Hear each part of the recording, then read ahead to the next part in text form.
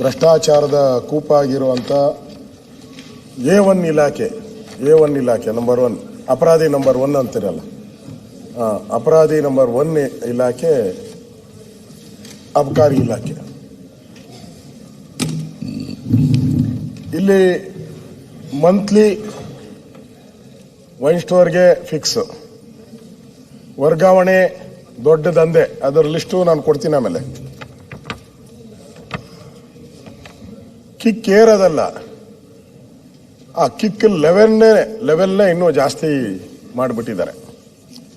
ಕಾಸಿಗಾಗಿ posting, trap ಆದವರಿಗೆ ಆಯಕಟ್ಟಿನ ಹುದ್ದೆ, ವಿಭಾಗವಾರು monthly fix, ನಿಷ್ಕ್ರಿಯ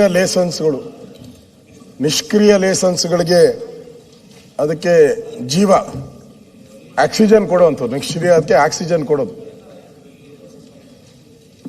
ಹೊಸ ಬಗೆಯ ಈ ಥರದ ಭ್ರಷ್ಟಾಚಾರ ಅಬಕಾರಿ ಇಲಾಖೆಯಲ್ಲಿ ನಡೀತಾ ಇದೆ. ಇದರಿಂದ ಇಲಾಖೆಯಲ್ಲಿ ದಿನನಿತ್ಯ ಒಂದೊಂದು ಆಡಿಯೋ ವಿಡಿಯೋ ಬರ್ತಾನೆ ಇದೆ.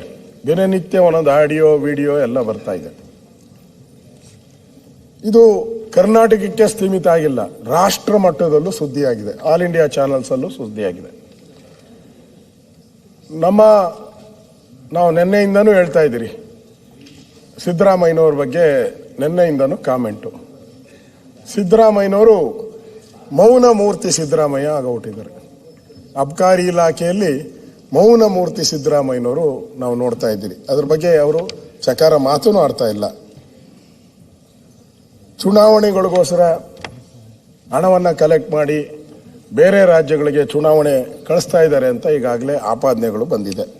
ಇದು ಒಂದು ಕಡೆ, ಅದನ್ನ ಕಡೆ ಈ ಸರ್ಕಾರ ನಾವು ಚರ್ಚೆಗೆ ಹೋಗ್ತಾ ಇದ್ದೀರಿ. ಈಗ ಇದೇನೋ ನರೇಗಾ ಇದರ ಬಗ್ಗೆ ಜಿ ಬಗ್ಗೆ ಚರ್ಚೆ ನಡೀತಾ ಇದೆ. ಗಾಂಧೀಜಿ ಹೆಸರು, ಗಾಂಧೀಜಿಯ ಆದರ್ಶಗಳು, ಗಾಂಧೀಜಿಯ ಉದ್ದೇಶಗಳು, ಗಾಂಧೀಜಿಯ ಕನಸನ್ನ ನೆನಸು ಮಾಡುವಂತ ಒಂದು ಕೆಲಸವನ್ನ ಕಾಂಗ್ರೆಸ್ ಪಾರ್ಟಿ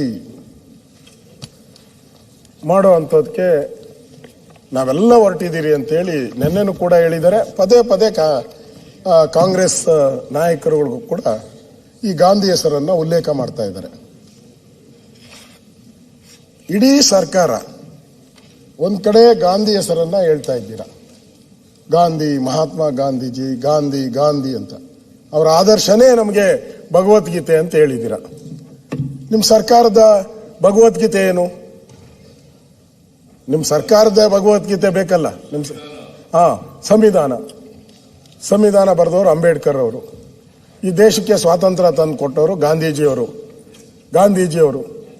ಗಾಂಧೀಜಿ ಆದರ್ಶ ನಿಮ್ಮ ಇಲಾಖೆ ಏನ್ ಮಾಡ್ತಾ ಇದೆ? ಗಾಂಧೀಜಿ ಆದರ್ಶ ಪಾಲನೆ ಮಾಡಬೇಕಲ್ಲ ನಿಮ್ಮ ಇಲಾಖೆಯವರು.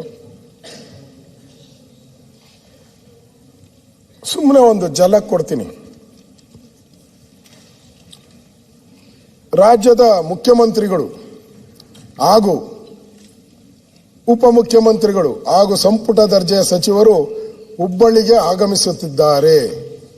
ಮಟ್ಟೂರು ರಸ್ತೆಯಲ್ಲಿ ಕರ್ನಾಟಕ ಗೃಹ ಮಂಡಳಿ ವತಿಯಿಂದ ನಿರ್ಮಾಣಗೊಂಡಿರುವ ಕರ್ನಾಟಕ ಗೃಹ ಮಂಡಳಿ ವಸತಿ ಯೋಜನೆಗೆ ಅಡಿಯಲ್ಲಿ ನಿರ್ಮಾಣಗೊಂಡಿರುವ ಮನೆಗಳ ಫಲಾನುಭವಿಗಳಿಗೆ ಹಂಚಿಕೆ ಮಾಡುವ ಕಾರ್ಯಕ್ರಮದ ಉದ್ಘಾಟನಾ ಕಾರ್ಯಕ್ರಮವು ಇರುವುದರಿಂದ ಸುಮಾರು 1.5 ಲಕ್ಷ ಜನ ಕಾರ್ಯಕ್ರಮಕ್ಕೆ ಬರ್ತಾರೆ. ಸದರಿ ಕಾರ್ಯಕ್ರಮದಲ್ಲಿ ಭಾಗವಹಿಸುವ ಸಾಧ್ಯತೆಗಳು ಇರುತ್ತವೆ. 2 ಲಕ್ಷ ಜನ ಬರ್ತಾರೆ. ಆದ್ದರಿಂದ ಸರ್ಕಾರ, ಅಧಿಕಾರಿ ಅಂದ್ರೆ ಸರ್ಕಾರ, ಆಮೇಲೆ ನಮ್ಮವರಲ್ಲ ಅಂತ ಹೇಳ್ಬಿಡ್ಬಾರ್ದು. ನಾನು ಇವರನ್ನೇ ಎಲ್ಲ ಅಂದ್ಬಿಡ್ತಾರೆ ನಮ್ಮ CM ಅವರು. ಅದಕ್ಕೆ ಫಸ್ಟ್ ಹೇಳ್ಬಿಟ್ಟಿದ್ದೀನಿ, ಅಧಿಕಾರಿಗಳು ಭಾಗವಹಿಸುವ ಸಾಧ್ಯತೆ ಇರುವುದರಿಂದ ಹುಬ್ಬಳ್ಳಿಯ ಎಲ್ಲಾ ಸನ್ನದುದಾರರು, ಅಂಗಡಿಗಳು, ವೈನ್ ಸ್ಟೋರು, ಬಾರು ಇವೆಲ್ಲ ಸಿವಾಗ 7, 2, 3, 4, 5, 6, 7 ಎಲ್ಲ ತಮ್ಮ ಅಂಗಡಿಗಳಲ್ಲಿ ಸಾಕಷ್ಟು ಪ್ರಮಾಣದ ಮದ್ಯ ಹಾಗೂ ಬಿಯರ್, ಚಳಿಗಾಲಕ್ಕೆ ಬಿಯರ್ ಯಾಕೆ ಕುಡಿತಾರೆ ಇವರು? ಅದು ಬಿಯರು KSTCL ಡಿಪೋದಿಂದ ಪಡೆದು ಸರ್ಕಾರದ ಉದ್ದೇಶ ಹೆಚ್ಚಿನ ವ್ಯಾಪಾರವನ್ನು ಮಾಡಿ, ಹೆಚ್ಚಿನ ವ್ಯಾಪಾರವನ್ನು ಮಾಡುವ ಪ್ರಯೋಜನವನ್ನು ಪಡೆದುಕೊಳ್ಳಲು ಈ ಮೂಲಕ ಎಲ್ಲ ಸನ್ನದ್ಧದಾರರಿಗೆ ಸೂಚಿಸಲಾಗಿದೆ. ಸಿದ್ದರಾಮಯ್ಯನವರು ಯಾಕೆ ನಗ್ತೀರಾ? ಸಿದ್ದರಾಮಯ್ಯನವರು ಅಂದ್ರೆ ಅವರು ನೇಮಕ ಮಾಡಿರೋ ಅಧಿಕಾರಿಗಳು, ಅವರೇ ತಾನೇ ಪೋಸ್ಟಿಂಗ್ ಮಾಡೋದು. ಮಂತ್ರಿ ಅಲ್ಲಿದ್ದಾರೆ, ಪೋಸ್ಟಿಂಗ್ ಮಾಡಿದ್ದಾರೆ, ಅವರು ಹೇಳಿದ್ದಾರೆ. ಹೇಳ್ತೀನಿ ಅದನ್ನು ನಾನು ಹೇಳ್ಬಾರ್ದು. ಕಾಂಗ್ರೆಸ್ಸಿನ ಕಾರ್ಯಕರ್ತರು ಬರ್ತಾರೆ ಅಂದ್ರೆ, ಕಾಂಗ್ರೆಸ್ಸಿನ ನಾಯಕರಿಗೆ ಬರ್ತಾರೆ ಅಂದ್ರೆ ಅವ್ರಿಗೆ ಕುಡ್ಸಕ್ಕೆ ನೀವು ಈ ಯೋಜನೆಯನ್ನು ಮಾಡಿದ್ದೀರಾ. ಕಾಂಗ್ರೆಸ್ ಕಾರ್ಯಕರ್ತರಿಗೆ ಮನೆ ಹಂಚೋ ಕಾರ್ಯಕ್ರಮ ಇದು, ಮನೆ ಹಾಳು ಮಾಡೋ ಕಾರ್ಯಕ್ರಮ ಮಾಡ್ತಾ ಇದ್ದೀರಾ ನೀವು. ಮನೆ ಹಾಳು ಮಾಡೋದು, ಕುಡಿಸಿ. ಮಹಾತ್ಮ ಗಾಂಧೀಜಿ ಹೇಳಿದ್ರು, ಕುಡಿತವನ್ನ ರದ್ದು ಮಾಡಿ, ಕುಡಿತ ಮಾಡಿದ್ರೆ ಮನೆ ಹಾಳಾಗುತ್ತೆ ಅಂದ್ರು. ಈ ಸರ್ಕಾರ ಏನ್ ಮಾಡಿದೆ? ಕುಡೀರಿ ಅಂತ ಹೇಳಿ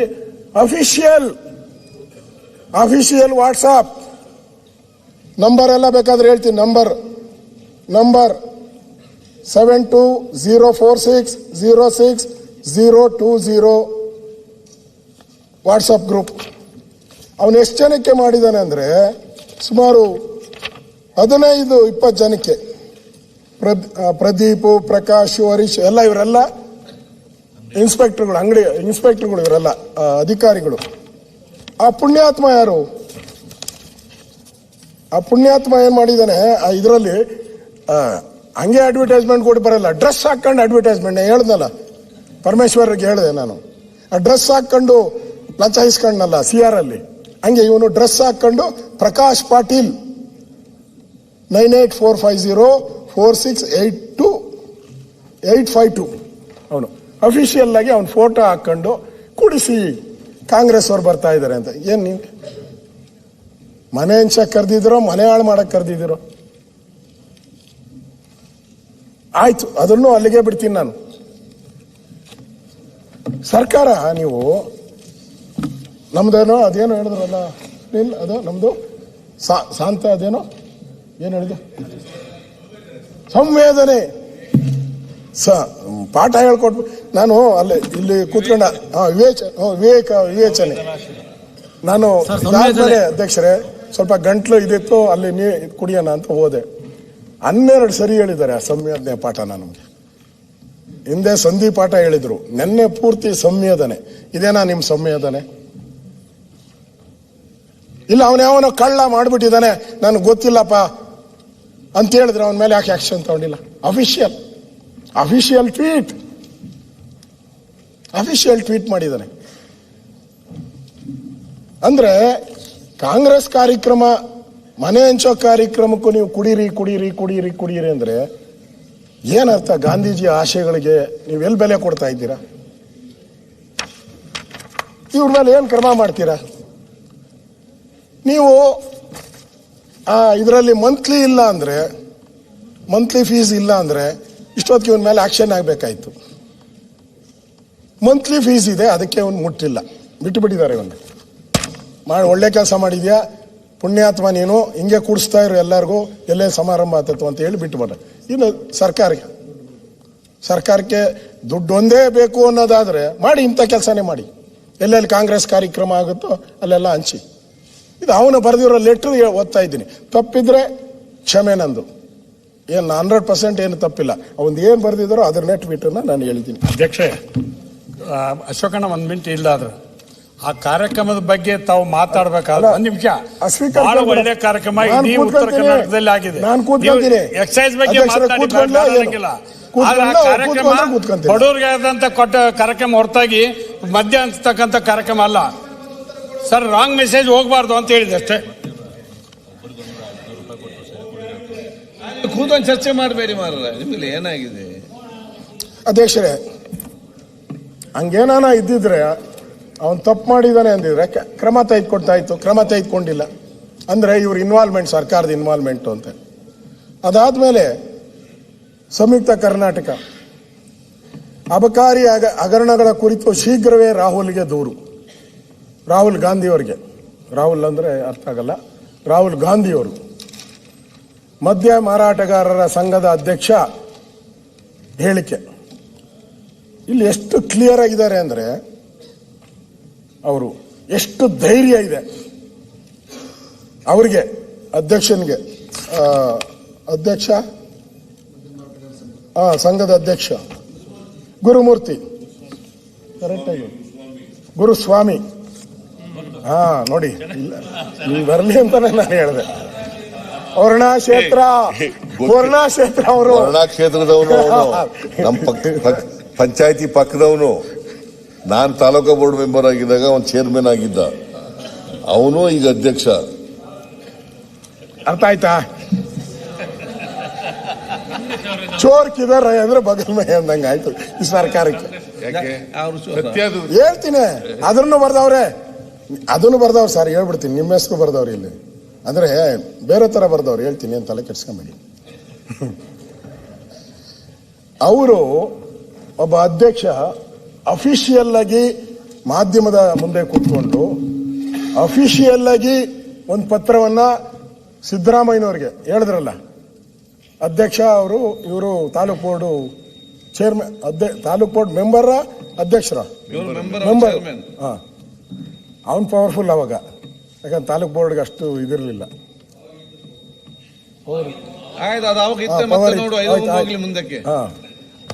ಒಟ್ಟಾನು ಮುಂದಕ್ಕೆ ಹಾಕಕ್ಕೆ ರೆಡಿ ಇದ್ದೀರಾ ಅಧ್ಯಕ್ಷರೇ? ಅವರು ಧೈರ್ಯವಾಗಿ ಹೇಗೆ ಕೆಂಪಣ್ಣ 40% ಕಮಿಷನ್ ಅಂತೇಳಿ ನಮ್ಮ ಮೇಲೆ ಸುಳ್ಳು ಆರೋಪ ಮಾಡಿ ಎಲ್ಲ ಆಯ್ತಲ್ಲ, 40% ಕೊಟ್ಟಾಗ ಅದನ್ನೇ ದೊಡ್ಡ ವಿಚಾರ ಮಾಡ್ಕೊಂಡು ನಮ್ಮ ಸರ್ಕಾರನೇ ಬೀಳಿಸ್ಬಿಟ್ರು.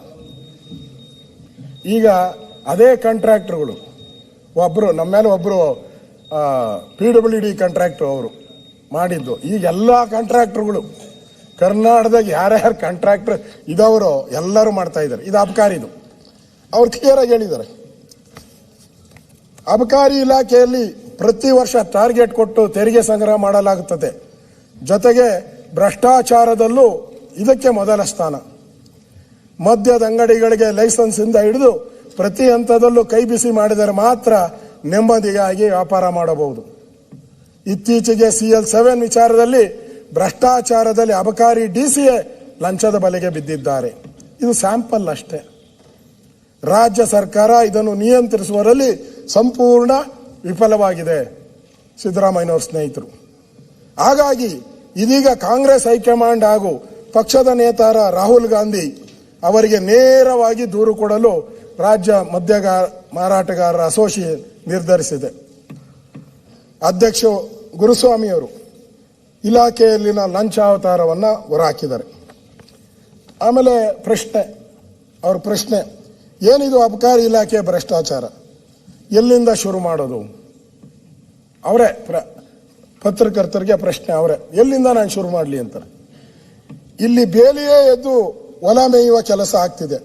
ಇಲಾಖೆಯ ಸಚಿವರು ಆಯುಕ್ತರಿಂದ ಹಿಡಿದು ಕೆಳ ಹಂತದ ಅಧಿಕಾರಿಗಳವರೆಗೂ ಲಂಚಾವತಾರ ತುಂಬಿ ತುಳುಕುತ್ತಿದೆ.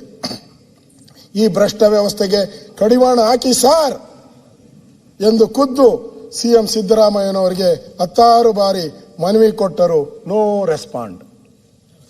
ಸಿದ್ದರಾಮಯ್ಯನವರು ನೋ ರೆಸ್ಪಾಂಡ್. ಆಮೇಲೆ ನಾವೆಲ್ಲರೂ ಸಭೆ ಸೇರಿ ದೆಹಲಿಗೆ ತೆರಳಿ ಲೋಕಸಭಾ ವಿರೋಧ ಪಕ್ಷದ ನಾಯಕ ರಾಹುಲ್ ಗಾಂಧಿ ಅವರಿಗೆ ಖುದ್ದಾಗಿ ದೂರು ಕೊಟ್ಟು ನಿಮ್ಮ ಪಕ್ಷದ ಸರ್ಕಾರ ನಿಮ್ದಲ್ಲ ಸರ್, ಅವ್ರದ್ದು, ನಿಮ್ಮ ಪಕ್ಷದ ಸರ್ಕಾರ ಮರ್ಯಾದೆ ಉಳಿಸಿಕೊಳ್ಳಿ ಸ್ವಾಮಿ. ಯಾರಿಗೆ? ರಾಹುಲ್ ಗಾಂಧಿ ಅವರಿಗೆ ನಿಮ್ಮ ಪಕ್ಷದ ಸರ್ಕಾರದ ಮರ್ಯಾದೆ ಉಳಿಸಿಕೊಳ್ಳಿ ಸ್ವಾಮಿ ಎಂದು ಕೇಳಿಕೊಳ್ಳಲಿದ್ದೇವೆ ಗುರುಸ್ವಾಮಿ ಅವರು. ಈ ಬಗ್ಗೆ ಸದನದಲ್ಲಿ ಚರ್ಚೆ ಆಗುತ್ತಿರುವುದು ಒಳ್ಳೆಯದು. ಅವ್ರು ಹೇಳವ್ರೆ, ಈ ಬಗ್ಗೆ ಸದನದಲ್ಲಿ ಚರ್ಚೆ ಆಗುತ್ತಿರುವುದು ಒಳ್ಳೆಯ ಬೆಳವಣಿಗೆ. ನಿರ್ದಾಕ್ಷಿಣ್ಯ ತನಿಖೆಯಾಗಿ ಸತ್ಯಾಂಶ ಹೊರಬರಬೇಕು. ಪ್ರತಿಪಕ್ಷಗಳು ಆಗ್ರಹಿಸಬೇಕು ಅಂತ ಹೇಳಿದ್ದಾರೆ ಅವರು. ಭ್ರಷ್ಟಾಚಾರ ಹೇಗೆ ನಡೆಯುತ್ತದೆ ಸ್ವಲ್ಪ ಬಿಡಿಸಿ ಹೇಳಿ. ಹೊಸ ಪರವಾನಗಿರಿ ಕೊಟ್ಟಿಲ್ಲ ಎನ್ನುತ್ತಾರೆ. ಹೊಸ ಪರವಾನಗಿರಿ ಕೊಟ್ಟಿಲ್ಲ ಅಂತ ಎಲ್ಲರೂ ಪತ್ರಿಕೆಯಲ್ಲೆಲ್ಲ ಹೇಳೋದು ಅದನ್ನೇ. 5-6 ವರ್ಷಗಳಿಂದ ಡಿಮ್ಯಾಂಡ್ ಇದ್ದ CL7 ನಮೂನೆಯ 2,000 ಲಿಕ್ಕರ್ ಶಾಪ್ಗಳನ್ನು ಲೈಸೆನ್ಸ್ ಕೊಟ್ಟಿದ್ದಾರೆ. ಒಂದಕ್ಕೆ ಒಂದು ₹5, ಇನ್ನೊಂದಕ್ಕೆ ₹1. 5 ಕೋಟಿ 1 ಕೋಟಿ ಇಲ್ಲಪ್ಪ, ನಾನು ಹೇಳಿದ್ರೆ ಅವ್ರಿಗೆ ಭಯ ಢಮಾರ್ ಅಂದೋತಾರೆ. 50 ಲಕ್ಷ, ಒಂದಕ್ಕೆ 50 ಲಕ್ಷ, ಇನ್ನೊಂದಕ್ಕೆ 1 ಕೋಟಿ. 1 ಕೋಟಿ ಸಮಥಿಂಗ್ ನಡೆದಿದೆ. ಇದು ಓಪನ್ ಸೀಕ್ರೆಟ್, ಇದೇನು ಮುಚ್ಚುಮರೆ ಮಾಡೋದೇನು ಇಲ್ಲ, ಓಪನ್ ಆಗಿದೆ, ಓಪನ್ ಫೀಲ್ಡ್. ಅಮರ ಗೋಡಾಯ್ ಅಮರ ರಸ್ತೆ ಅನ್ನಂಗೆ ಓದ್ತಾ ಇದೆ. ಇದು ಓಪನ್ ಸೀಕ್ರೆಟ್. ನೀವೇ ಹಾಕಿ ಎಷ್ಟು ಕೋಟಿ ಆಯಿತು. ಹೊಸ ಲೈಸೆನ್ಸ್, ರಿನ್ಯೂವಲ್, ಬೇರೆ ಸ್ಥಳಕ್ಕೆ ಅಂಗಡಿ ಶಿಫ್ಟಿಂಗ್, ನೇಮ್ ಚೇಂಜ್. ಅವನೇನೋ ನೇಮ್ ತಿರುಪತಿ ವೆಂಕಟೇಶ್ವರ ಅಂತ ಇಟ್ಕೊಂಡ್ರೆ ಮಂಜುನಾಥ ಅಂತ ಇಟ್ಕೊಂಡ್ರೆ ಏನೇ ಇಟ್ಕೊಂತಾರೆ, ಈಗೆಲ್ಲ ವೈಟ್ವರ್ಗಳಿಗೂ ಇಟ್ಕೊಂಡ್ಬಿಡ್ತಾರೆ. ಆ ನೇಮ್ ಚೇಂಜ್ಗೂ ದುಡ್ಡು ಕೊಡಬೇಕು. ಅವಂದೇ ಬಾರು, ಅವಂದೇ ವೈನ್ ಸ್ಟೋರು, ಹೆಸರು ಬದಲಾವಣೆ ಮಾಡಿಕೊಂಡ್ರು ದುಡ್ಡು ಕೊಡಬೇಕು. ಅಷ್ಟು ಕರಪ್ಷನ್. ಪ್ರತಿ ಹಂತದಲ್ಲೂ ನೇಮ್ ಚೇಂಜ್ಗೂ 5 ರಿಂದ 10 ಲಕ್ಷ ಕೇಳ್ತಾರೆ. ತಿಂಗಳ 10ನೇ ತಾರೀಕು ಸಂಬಳ ಕೊಡ್ತಾರೋ ಇಲ್ಲ ಗೊತ್ತಿಲ್ಲ, ದುಡ್ಡು ಕೊಡಲಿಲ್ಲ ಅಂತ ಹೇಳಿದ್ರೆ ಕಿರುಕುಳ ಹಾಕುವ ಶುರು ಮಾಡ್ತಾರೆ.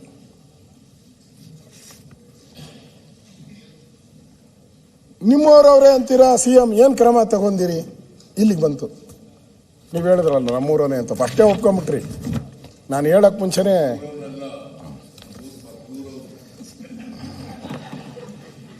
ನಾನು ಅದಕ್ಕೆ ಹೇಳಿದೆ, ನಮ್ಮ CM ಹೇಳ್ತಾರೆ ನಾನು ಇವರನೇ ಅಲ್ಲ ಅಂತ ಅಂದ್ಬಿಡ್ತಾರೆ ಅಂತೆ. ನೋಡ ಅಂದ್ಬಿಟ್ರಿ ಈಗ ಅಂತ ಹೇಳಲಿಲ್ಲಪ್ಪ, ಇಟ್ಸ್ ಎ ಫ್ಯಾಕ್ಟ್. ಅವನು ಗುದ್ದಿಗೆರೆ ಅವನು, ನಾನು ಸಿದ್ದರಾಮನುಡಿ ಅವನು. ಸರಿ ಸರ್, ನೀವ್ ಹೇಳ್ಬೇಕು, ಅವನು ಹೇಳ್ಬೇಕಲ್ಲ, ಅವನು ಹೇಳ್ಬೇಕಲ್ಲ ನಾನು ನಿಮ್ಮೂರನಲ್ಲ ಊರನಲ್ಲ ಅಂತ ಹೇಳಿ. ಅವ್ನು ಕರೆದು ಕೇಳಪ್ಪ. ನಿಮ್ ಜೊತೆ ಅವನು ಚುನಾವಣೆಗೆ ನಿಂತು ಚೇರ್ಮನ್ ಆಗಿರೋನು ಸರ್, ನಾನು ಹೆಂಗ್ ಕರೆದು ಕೇಳಲಿ ಸರ್? ಈಗೇನೋ ಪ್ರೆಸ್ ಮೀಟ್ ಕರಿತಾವ್ರ 12 ಗಂಟೆಗೆ ಏನೋ ಪ್ರೆಸ್ ಮೀಟ್ ಅಂತ ಅನೌನ್ಸ್ ಮಾಡೋರಿಗೆ. 12 ಗಂಟೆಗೆ ವಿಧಾನಸಭೆ ಚರ್ಚೆ ಆಗ್ತದೆ, ಮಂತ್ರಿ ರಾಜೀನಾಮೆ ಕೊಡ್ತಾರೆ, ಅದಕ್ಕೆ ಹೊಸ ಮಂತ್ರಿ ಯಾರು ಮಾಡಿಸ್ಬೇಕು ಅಂತೇಳಿ ಚರ್ಚೆ ನಡೀತಾ ಇತ್ತು. ಮುಂದಕ್ಕೆ ಹೋಗ್ತೀನಿ. ಸ್ಪೀಕರ್ ರಾಜೀನಾಮೆ ಕೊಟ್ರೆ ನೀವು ಖುಷಿ ಪಡ್ಬೇಕು, ಏನಾದ್ರು ಜಾಗ ನಿಮ್ ಖಾಲಿ ಆಗುತ್ತೆ ಅಂತ. ನೀವು ಟೆನ್ಷನ್ ಮಾಡ್ಕೊಂಡ್ರದ್ ನೋಡಿ ಸರ್. ನಮಗೆ ಇದರಲ್ಲಿ ಖುಷಿ ಆಗೋದ ಏನು ಇಲ್ಲ. ನೀವು ರಾಜೀನಾಮೆ ಪೊಲೀಸಲ್ಲಿ ಐತೆ ಕೇಳಿ ಪರಮೇಶ್ವರ್ ಅವ್ರನ್ನ, ಯಾರು ಕೊಲೆ ಮಾಡ್ದೋ ಎಲ್ಲಿ ಹುಡ್ಕೊಂಡು ಹೋದವ್ರತಾರೆ, ಯಾರಿಗೆ ಆಸ್ತಿ ಸೇರ್ತೈತೆ ನೋಡು ಅವನ್ನ ಹುಡುಕ್ತಾರೆ ಫಸ್ಟು. ಈಗ ನೀವು ಮಂತ್ರಿ ರಾಜೀನಾಮೆ ಕೊಡ್ತೀರಾ, ಕೊಟ್ಮೇಲೆ ಬೆನಿಫಿಟ್ ಯಾರಿಗೆ? ನಿಮ್ಮವ್ರಿಗೆ. ಅದಕ್ಕೆ ಹೇಳಿದ್ದು ಮುಂದಕ್ಕೆ ಹೋಗಿ ಅಂತ. ನೀವೇನು ತಗೊಳಕ್ ಹೋಗ್ಬೇಡಿ ಸರ್, ಅಬ್ಕಾರಿ ಇಲಾಖೆ ಮಾತ್ರ ದಯವಿಟ್ಟು ತಗೊಳಕ್ ಹೋಗ್ಬೇಡಿ. ನೀವು ಒಳ್ಳೇದಲ್ಲ, ನಿಮ್ಮ ಕ್ಯಾರೆಕ್ಟರ್ಗೆ ಸೂಟ್ ಆಗೋದೇ ಇಲ್ಲ, ಸೂಟ್ ಆಗೋದೇ ಇಲ್ಲ. ಆ ರೋಡಾಗ ಹೋಗಲ್ಲ ನೀವು, ಓದ್ತೀರಾ? ಮುಂದಕ್ಕೆ ಹೋಗೋ ಈಗ. ನಡೆ ಮುಂದೆ ಯಾಕೆ ಇನ್ನ ನಾನು ಶುರು ಮಾಡಿಲ್ಲ, ಅವಾಗೆ ಶುರು ಮಾಡ್ಕೊಂಡು ಮುಗಿಸ್ಬೇಕಲ್ಲ ಬೇಗ. ಯಾವತ್ತೂ ಹಿಂಗ್ ಮಾಡಿಲ್ಲ ನೀವು. ಇವತ್ತು ಬೇಗ ಮುಗಿಸ್ಬೇಕಲ್ಲ. ಇನ್ನ 2 ದಿನ ಆಯ್ತು ಸರ್. ನಂಬರ್ 1 ಇಲಾಖೆ ಸರ್ ಇದು. ನೆಕ್ಸ್ಟ್ ಆದಾಯ ತಂದ್ಕೊಡೋದು. ಬೇಕಾದ್ರೆ ಇನ್ನೊಂದು ದಿನ ಎಕ್ಸ್ಟೆಂಡ್ ಮಾಡೋಣ ಅಸೆಂಬ್ಲಿನ, ಪರವಾಗಿಲ್ಲ. ಅಧ್ಯಕ್ಷರೇ, ಅವರು ನಿಮ್ಮೂರವರೇ ಅಂತೀರಾ CM, ಏನು ಕ್ರಮ ತಗೊಂತೀರಾ? ಹೌದು, ನಾನು ವರ್ಣಾ ಕ್ಷೇತ್ರದವನೇ ಸರ್, ನಾನು ವರ್ಣಾ ಕ್ಷೇತ್ರವನೇ. ಸಿದ್ದರಾಮಯ್ಯ ಅವರು ಚಿರಪರಿಚಿತರು, ಕ್ಲೋಸ್. ನಮಗೆ ನ್ಯಾಯಯುತ ವ್ಯಾಪಾರದ ಅರಿವು ಮಾಡಿಕೊಡಿ. ಟಾರ್ಗೆಟ್ ಅಗತ್ಯವಿಲ್ಲ. ಅಧಿಕಾರಿಗಳನ್ನು ನಿಯಂತ್ರಣದಲ್ಲಿಡಿ. ಕಿರುಕುಳ, ಇಲಾಖೆಯಲ್ಲಿ ಭ್ರಷ್ಟಾಚಾರ, 16 ಬಾರಿ ದೂರು. ನೋಡ್ತೀನಿ ಬಿಡು ಗುರುಸ್ವಾಮಿ. ಯಾರು? ನಮ್ಮ ಮುಖ್ಯಮಂತ್ರಿಗಳು. ಅವ್ರ ಸ್ಟೈಲೇ ಹಂಗೆ, ನೋಡ್ತೀನಿ ಬಿಡು ಅಂತ ಹೇಳಿದ್ದಾರೆ. ನೋಡ್ತೀನಿ ಬಿಡು ಗುರುಸ್ವಾಮಿ ಅಂತಾರೆ ಬಿಟ್ರೆ ಯಾವ ಕ್ರಮ ಆಗಿಲ್ಲ. ಅವರು ಕೂಡ ಮೊದಲಿನ, ನಾನು ಹೇಳಲ್ಲ, ಇದು ಹೇಳೇನಪ್ಪ, ನೆನ್ನೆ ಎಲ್ಲ ಹೇಳ್ಬಿಟ್ಟಿದ್ದೀನಿ. ಅವ್ರ ಸ್ನೇಹಿತರು ಅವರು ನೋಡಿ ಬಿಡ್ತೀನಿ ಗುರುಸ್ವಾಮಿ ಅಂತಾರೆ. ಬಿಟ್ಟರೆ ಯಾವುದೇ ಕ್ರಮ ಆಗಿಲ್ಲ. ಅವರು ಕೂಡ ಮೊದಲಿನ ಖಡಕ್ CM ಆಗಿ ಉಳಿದಿಲ್ಲ. ಸ್ನೇಹಿತರು, ಇವತ್ತು ಬೆಳಗ್ಗೆ ಪೇಪರ್ ನೋಡಿದೆ, ನಾನು ಅಸಹಾಯಕ ಅಲ್ಲ ಅಂತ ಹೇಳ್ತಾವ್ರೆ. ನಿಮ್ಮ ಸ್ನೇಹಿತ ಸರ್, ಬಹಳ ವರ್ಷದ ಸ್ನೇಹಿತ, ನಿಮ್ಮೂರೋನು, ನೀವು ನಮ್ಮೂರೋನು ಅಲ್ಲ ಅಂದ್ಬಿಟ್ರಿ, ಅವ್ನು ನಮ್ಮೂರೋನು ಅಂತ ಹೇಳ್ತಾರೆ. ಅವರೇ ಹೇಳ್ತಾರೆ ಆ ಖಡಕ್ CM ಅಲ್ಲ, ಖಡಕ್ CM ಆಗಿ ಉಳಿದಿಲ್ಲ, ಎಲ್ಲ ವ್ಯವಸ್ಥೆಗಳು ಕುಲ್ಗೆಟ್ಟೋಗಿದೆ. ನಿಮ್ಮ ಸ್ನೇಹಿತ ಹೇಳಿರೋದು. ನಾವು ವಿರೋಧ ಪಕ್ಷದವ್ರು ಹೇಳಿದ್ರೆ ಬಿಡ್ರಿ ನಿಮ್ಗೆ ಅದೇ ಚಾಳಿ ಅಂತೀರ. ನಿಮ್ಮ ಸ್ನೇಹಿತ ಹೇಳಿರೋದು, ಅಫಿಷಿಯಲ್ ಆಗಿ ಹೇಳೋರೆ. ಅಧ್ಯಕ್ಷರೇ, ಆರೋಪಕ್ಕೆ ದಾಖಲೆ ಕೊಡಿ ಅಂದ್ರೆ ಏನ್ ಮಾಡ್ತೀರಾ? ಅಬ್ಕಾರಿ DC SP-ನೇ ಕೋಟಿ ಕೇಳಿ 25 ಲಕ್ಷ ಲಂಚ ತಗೊಳ್ಳುವಾಗ ಸಿಕ್ಕಾಕೊಂಡಿದ್ದಾರೆ. ಇದಕ್ಕಿಂತ ಸಾಕ್ಷಿ ಬೇಕಾ? ಇವೆಲ್ಲ ಕಾಮನ್ ಸೆನ್ಸ್ ಅಲ್ವಾ? ಕಳ್ಳರ ರಕ್ಷಣೆಗೆ ಒಂದು ನೆಪ ಅಷ್ಟೇ. ನೀವೇನಾದರೂ ಸರ್ಕಾರ ಸಾಕ್ಷಿ ಕೊಡಿ ಅಂತ ಹೇಳಿದ್ರೆ ಅವನೇ ಹೇಳ್ಬಿಟ್ಟವನೆ, ಗುರುಸ್ವಾಮಿ ಮುಖ್ಯಮಂತ್ರಿಗಳ ಸ್ನೇಹಿತನೇ ಹೇಳ್ಬಿಟ್ಟವನೆ, ಕಳ್ಳ ನೆಪ, ಕುಂಟು ನೆಪ, ಇದು ಇಷ್ಟು ಕಾಮನ್ ಸೆನ್ಸ್ ಅಂತ ಅವನೇ ಹೇಳ್ಬಿಟ್ಟಿದ. ಇತ್ತೀಚೆಗೆ ಬೇಡ ಅಂದ್ರು 586 ಶಾಪ್ಗಳನ್ನು ಹರಾಜು ಮಾಡಿದ್ರು. ಬೇಡ ಅಂದ್ರು 586 ಶಾಪ್ಗಳನ್ನು ಹರಾಜು ಮಾಡಿದ್ರು. ಇದನ್ನು ನಾವು ಹೈಕೋರ್ಟ್ನಲ್ಲಿ ಪ್ರಶ್ನೆ ಮಾಡಿದ್ದೇವೆ. ಬರೀ ದುಡ್ಡು ಬರೋದು ನೋಡ್ತಾರೆ ಹೊರತೆ ಸಮಸ್ಯೆ ಬಗ್ಗೆ ಕ್ಯಾರೇ ಇಲ್ಲ. ಈ 586 ಕರೆದಿದ್ರು, ಯಾರಿಗೂ ಗೊತ್ತಿರಲಿಲ್ಲ. ನಮ್ಗನ್ಸುತ್ತೆ ರೂಲಿಂಗ್ ಪಾರ್ಟಿ MLAಗಳಿಗೂ ಗೊತ್ತಿದ್ದಂಗೆ ಕಾಣಿಸಿಲ್ಲ, ಯಾರಿಗೂ ಗೊತ್ತಿಲ್ಲ, ಕರೆದ್ಬಿಟ್ಟವ್ರಿ. ಅದು ಯಾರು, ಅದು ಮುಂದೆ ಐತೆ, ಇವಾಗ ಹೇಳ್ಬಿಡ್ತೀನಿ. ಆಂಧ್ರದವರೆಲ್ಲ ಹಾಕಿರೋರೆಲ್ಲ ಆಂಧ್ರದವರು, ಡೀಲು ಆಂಧ್ರದಲ್ಲೇ, ರೇಟು ಆಂಧ್ರದಲ್ಲೇ ಫಿಕ್ಸ್ ಆಗ್ಬಿಟ್ಟೈತೆ, ಇಷ್ಟು ಕೊಡಬೇಕು ಎಲ್ಲ ಅಂತ ಹೇಳ್ಬಿಟ್ಟು. ಈ ಅಸೋಸಿಯೇಷನ್ ಅವರಿಗೆ ಕೋರ್ಟಲ್ಲಿ ಸ್ಟೇ ತಂದಿದ್ದಾರೆ, ಇದೆಲ್ಲ ಕೂಡ.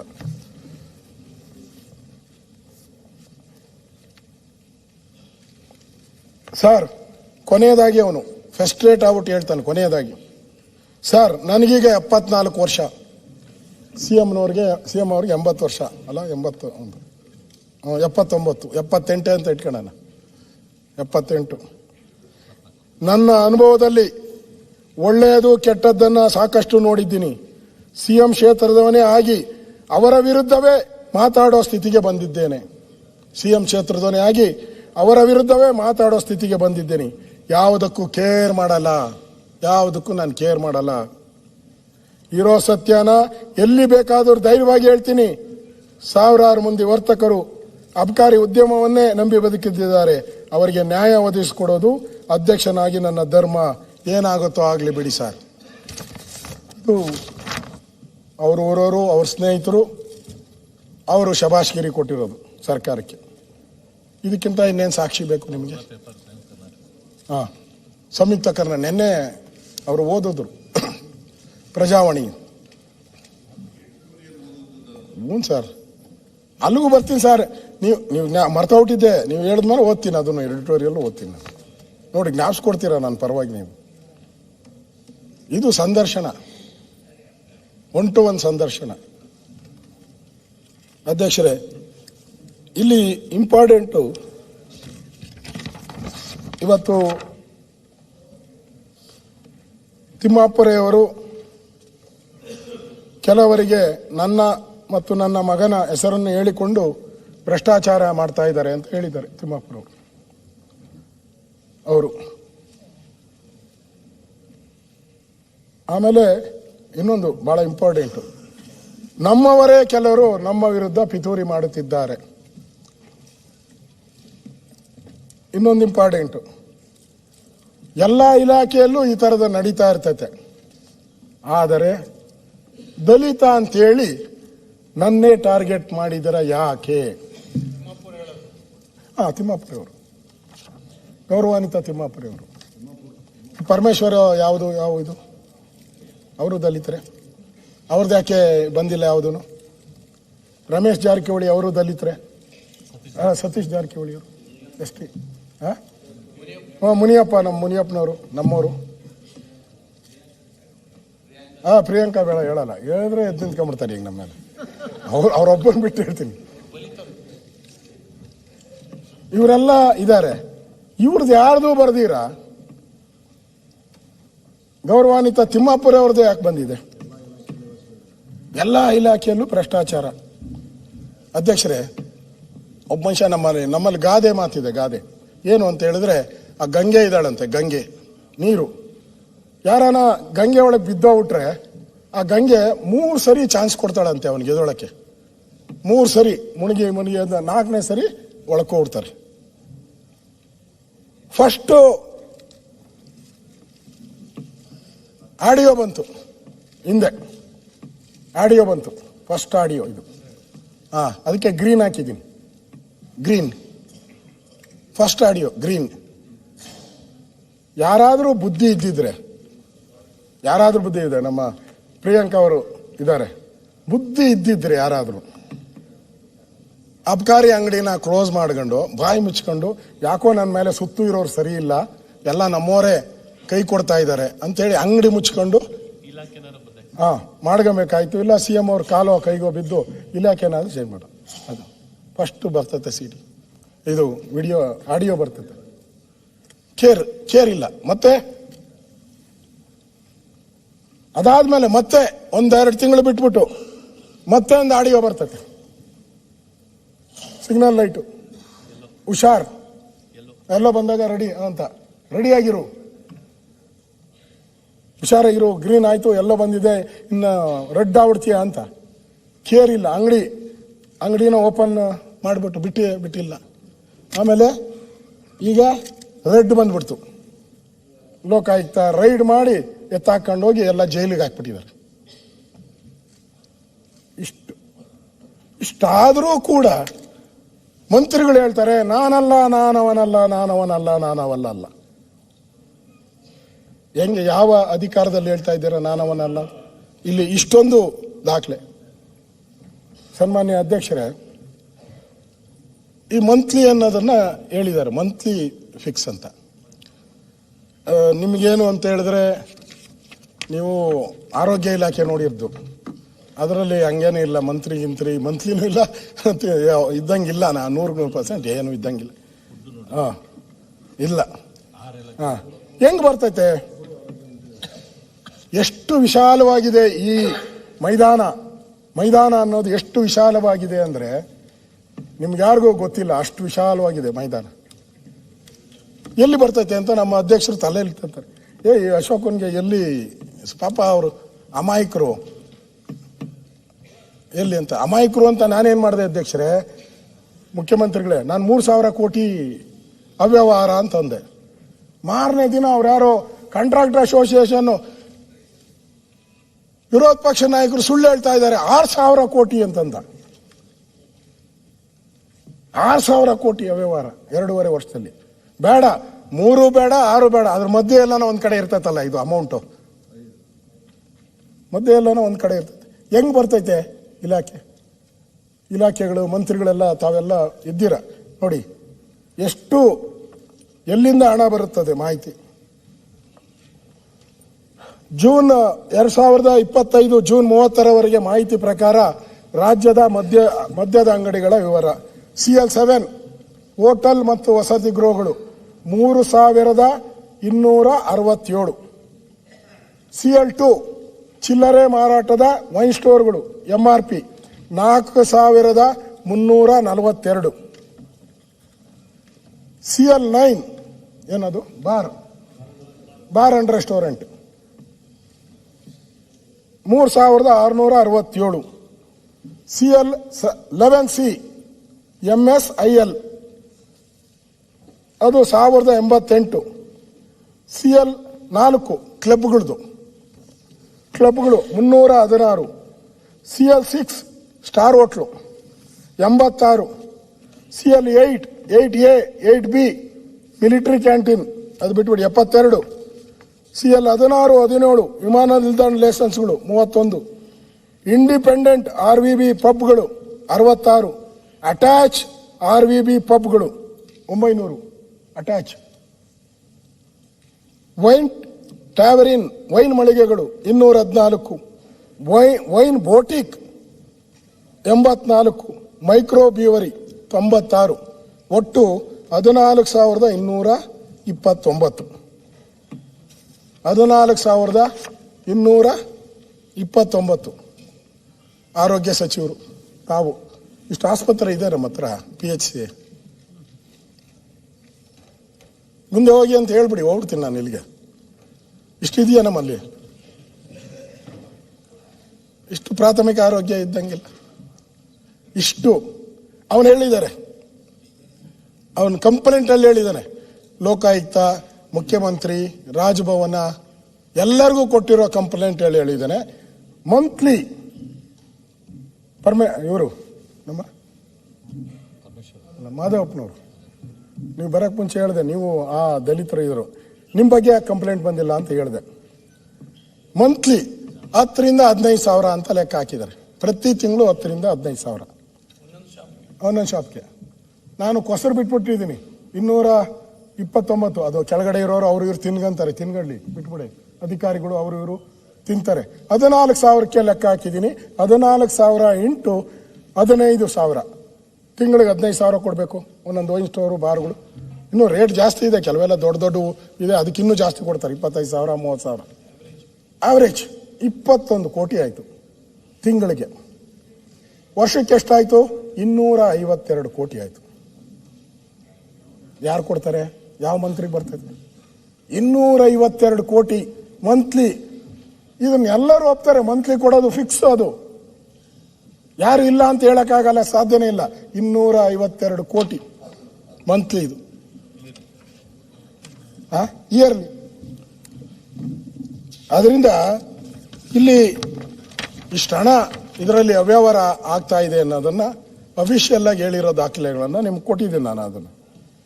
ಅದರಿಂದ ಇದೇ ಥರ ನಾವೇನ ಮಾಡ್ಕೊಂಡು ಹೋದ್ರೆ ಮುಂದೆ ಇದು ಇನ್ನೊಂದು 4-5 ಸಾವಿರಕ್ಕೆ ಹೊರಟೋಗ್ಬಿಡ್ತದೆ ಅಧ್ಯಕ್ಷರೇ. ಆದ್ದರಿಂದ ಇವತ್ತು ನಾನು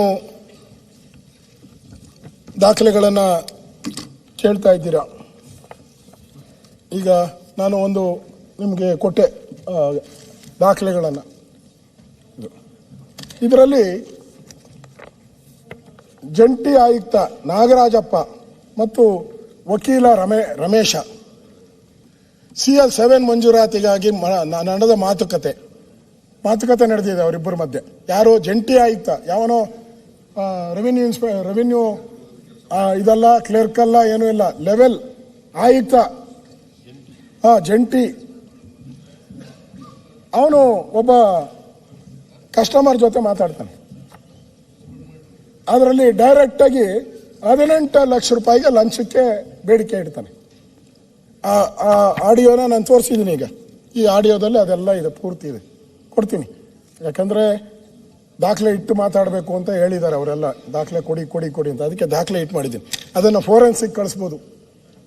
ಫೋರೆನ್ಸಿಕ್ಕಲ್ಲಿ ಅವನು ನಾಗರಾಜಪ್ಪ ನನ್ನ ವಾಯ್ಸ್ ಅಲ್ಲ ಅಂತ ಹೇಳಿದ್ರೆ ನಮ್ಮದು ತಪ್ಪಾಗ್ತೈತೆ, ವಾಯ್ಸ್ ಅವಂದು ಅಂದರೆ ಮಂತ್ರಿ ತಪ್ಪಾಗ್ತೈತೆ. ಅದರಲ್ಲಿ ಕ್ಲಿಯರ್ ಆಗಿ 18 ಅವರು ನಾಗರಾಜಪ್ಪ, ರಮೇಶು ಫೈಲ್ ಸಿಗ್ತಿಲ್ಲ, ನೀವು ಅಲ್ಲಿಂದ ಮೆಸೇಜ್ ಮಾಡಿಸೋದೇ ಇದ್ದರೆ ಆಗೋದೇ ಇಲ್ಲ, ರೆಕಾರ್ಡಲ್ಲಿ ನೀವು ಅಲ್ಲಿಂದ ಮೆಸೇಜು ಮಿನಿಸ್ಟ್ರಿಂದ ಮಾಡಲಿಲ್ಲ, ಅಥವಾ ಅವರ ಪುತ್ರ ವಿನಯ್ ಕಡೆಯಿಂದ ಮೆಸೇಜ್ ಬರಲಿಲ್ಲ ಅಂದರೆ ಮಾಡಲ್ಲ. ರಮೇಶ್ ಅವನು ಅಪ್ಲೈ ಮಾಡಿದ್ದವನು, ಏನು ಗುರುಗಳೇ ಇದೆಲ್ಲ ಒಬ್ಬ ಅಡ್ವೊಕೇಟ್ ಈ ಥರ ಮಾಡ್ತಾ ಇದ್ದೀರಾ ಅಡ್ವೊಕೇಟ್ಗೆ ಅಂತ. ನೋಡಪ್ಪ, ನಾಗರಾಜಪ್ಪ ಹೇಳ್ತಾನೆ, ನಿನಗೆ ಆಗಾಗಲೇ 2 ಮಾಡಿಕೊಟ್ಬಿಟ್ಟಿದ್ದೀನಿ. ಯಾರು ಇವಾಗ ಮಾಡಿದಾನೋ ಅವನಿಗೆ ಅವಾಗೇ 2 ಕೊಟ್ಬಿಟ್ಟಿದ್ದಾರೆ. ನಿಮ್ಗೆ ಯಾರಾನ 2 ಕೊಟ್ಟಿದ್ದಾರನಪ್ಪ? ಬಾರ್ಗಳು ಯಾರಿಗಾನ ನೀವು ಹೇಳ್ದವ್ರಿಗೆ, ನಿಮಗೆ ಬೇಡ, ನೀವು ಹೇಳ್ದವ್ರಿಗೆ ಯಾರಿಗಾನ 1-2 ಬಾರ್ ಕೊಟ್ಟಿದ್ದಾರ ನೋಡಿ? ಅವನಿಗೆ 2 ಬಾರ್ ಕೊಟ್ಬಿಟ್ಟಿದ್ದಾರೆ, ಅವಾಗ 2 ಬಾರ್ ಲೈಸೆನ್ಸ್. ಅವನು ಹೇಳ್ತಾನೆ, ಸರ್ ಲಾಸ್ಟ್ ಟೈಮ್ ಕೊಟ್ಟಿದ್ಕೆಲ್ಲ ದುಡ್ಡು ಕೊಟ್ಟಿದ್ದೀನಲ್ಲ ಅಂತ ಹೇಳ್ತಾನೆ ರೆಕಾರ್ಡಲ್ಲಿ. ಲಾಸ್ಟ್ ಟೈಮ್ ನೀವು ಕೊಟ್ಟಿದ್ಕೆಲ್ಲ ನಾನು ದುಡ್ಡು ಕೊಟ್ಟಿದ್ದೀನಿ ಅಂತ ರೆಕಾರ್ಡಲ್ಲಿ ಹೇಳ್ತಾನೆ. ಆಮೇಲೆ ಅವನು ರಮೇಶ್ ಹೇಳ್ತಾನೆ, ಸರ್ ನಂದು ಒಂದು 50% ಮಾಡ್ಕೊಂಬಿಡಿ ಸರ್. ಯಾರೋ ಲಂಚನ 50% ಕಡಿಮೆ ಮಾಡ್ಕೊಳ್ಳಿ ಸರ್ ಅಂತ ಬೇಡಿಕೆ ಹೇಳ್ತಾನೆ ಇದರಲ್ಲಿ, ಆಡಿಯೋದಲ್ಲಿ. ನೋಡಪ್ಪ ಅವನು ನನ್ನದು ಕಡಿಮೆ ಮಾಡಿ ಅಂತ ಹೇಳ್ತಾ ಇದ್ದಾನೆ ಅವನು. ಅದಕ್ಕೆ ನಾಗರಾಜಪ್ಪ ಹೇಳ್ತಾನೆ, ಇನ್ನೂ ಏನು ಕ್ಯಾನ್ಸಲ್ ಮಾಡಿಲ್ಲ, ನಿನಗೋಸ್ಕರ ನಾನು ಎಲ್ಲರನ್ನೂ ಮ್ಯಾನೇಜ್ ಮಾಡಿ 15 ದಿನ ಇಟ್ಕೊತೀನಿ, ಹೆದರಬೇಡ, ಏನು ಹೆದರಿಕೆ ಮಾಡಬೇಡ, ನನ್ನ ಹತ್ರನೇ ಇಟ್ಕೊಂಡಿರ್ತೀನಿ ಫೈಲು, ನೀನು ವ್ಯವಹಾರ ಕುದುರಿಸ್ಕೊಂಡು ಬಾ ಅಂತ ಹೇಳ್ತಾನೆ. ಸರ್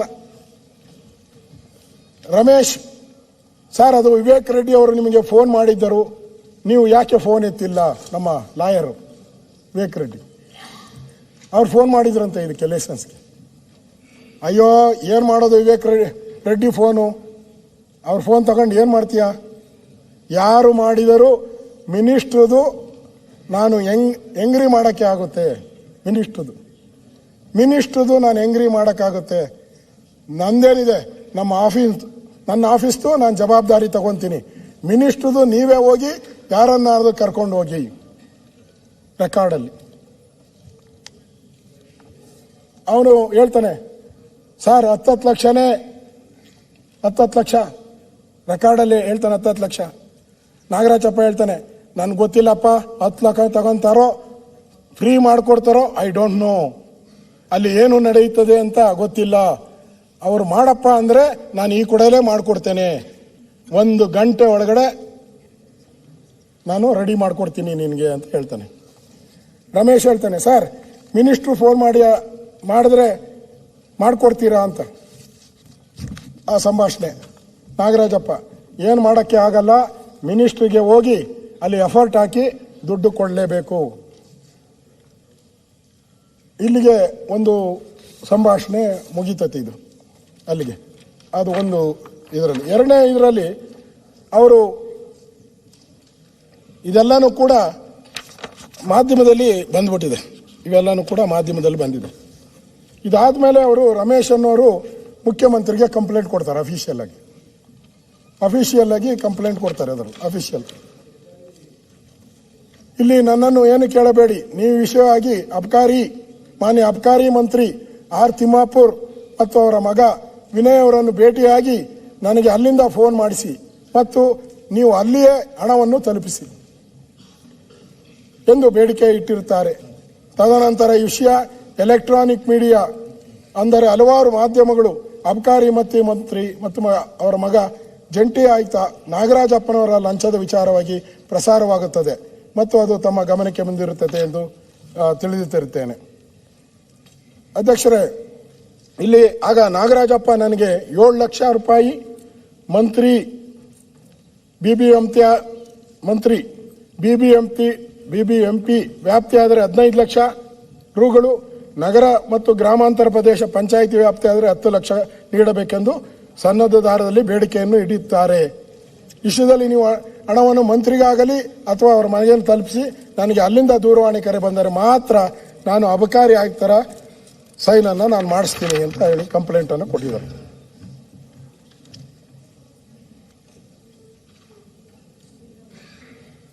ಅವರು ಇನ್ನು ಕೊನೆಯಲ್ಲಿ ಎಂಡ್ ಮಾಡ್ತಾ ನಾನೆಲ್ಲ ಓದಕ್ಕೆ ಹೋಗ್ತಾ ಇಲ್ಲ, ಎರಡೇ ಲೈನ್ ಮಾತ್ರ. ಈ ಹಿಂದೆ ನಮ್ಮ ಸರ್ಕಾರದಲ್ಲಿ ತಾವು ಇಲಾಖೆಯನ್ನು ನಿರ್ವಹಿಸುತ್ತಿದ್ದಾಗ ಈ ಥರ ಯಾವುದೇ ಲಂಚಾವತಾರದ ವ್ಯವಸ್ಥೆ ಇರುವುದಿಲ್ಲ. ಆದರೆ ಆರ್.ಬಿ. ತಿಮ್ಮಾಪುರ್ ಮಂತ್ರಿಗಳು ಮತ್ತು ಅಬ್ಕಾರಿ ಜಂಟಿ ಆಯುಕ್ತ ನಾಗರಾಜಪ್ಪ ಕೇಂದ್ರ ಕಚೇರಿಗೆ ಬಂದ ಮೇಲೆ ಲಂಚಾವತಾರ ಮುಗಿಲ್ಮಿಟ್ಟಿದೆ ಮತ್ತು ಸನ್ನದ್ಧದಾರ ಕಷ್ಟ ಹೇಳತಿರೋದು. ಇದೆಲ್ಲ ದಾಖಲೆಗಳು ಕೊಟ್ಟಿದ್ದೀರಿ. ಅದಾದಮೇಲೆ ಮುಖ್ಯ ಕಾರ್ಯದರ್ಶಿಗೆ ಕೊಟ್ಟಿದ್ದಾರೆ, ಅದರಲ್ಲೂ ಸೇಮ್ ಇನ್ನೂ ಜಾಸ್ತಿ ಬರೆದಿದ್ದಾರೆ ಅದರಲ್ಲಿ. ಇದೆಲ್ಲ ಆದಮೇಲೆ ಇದರಲ್ಲಿ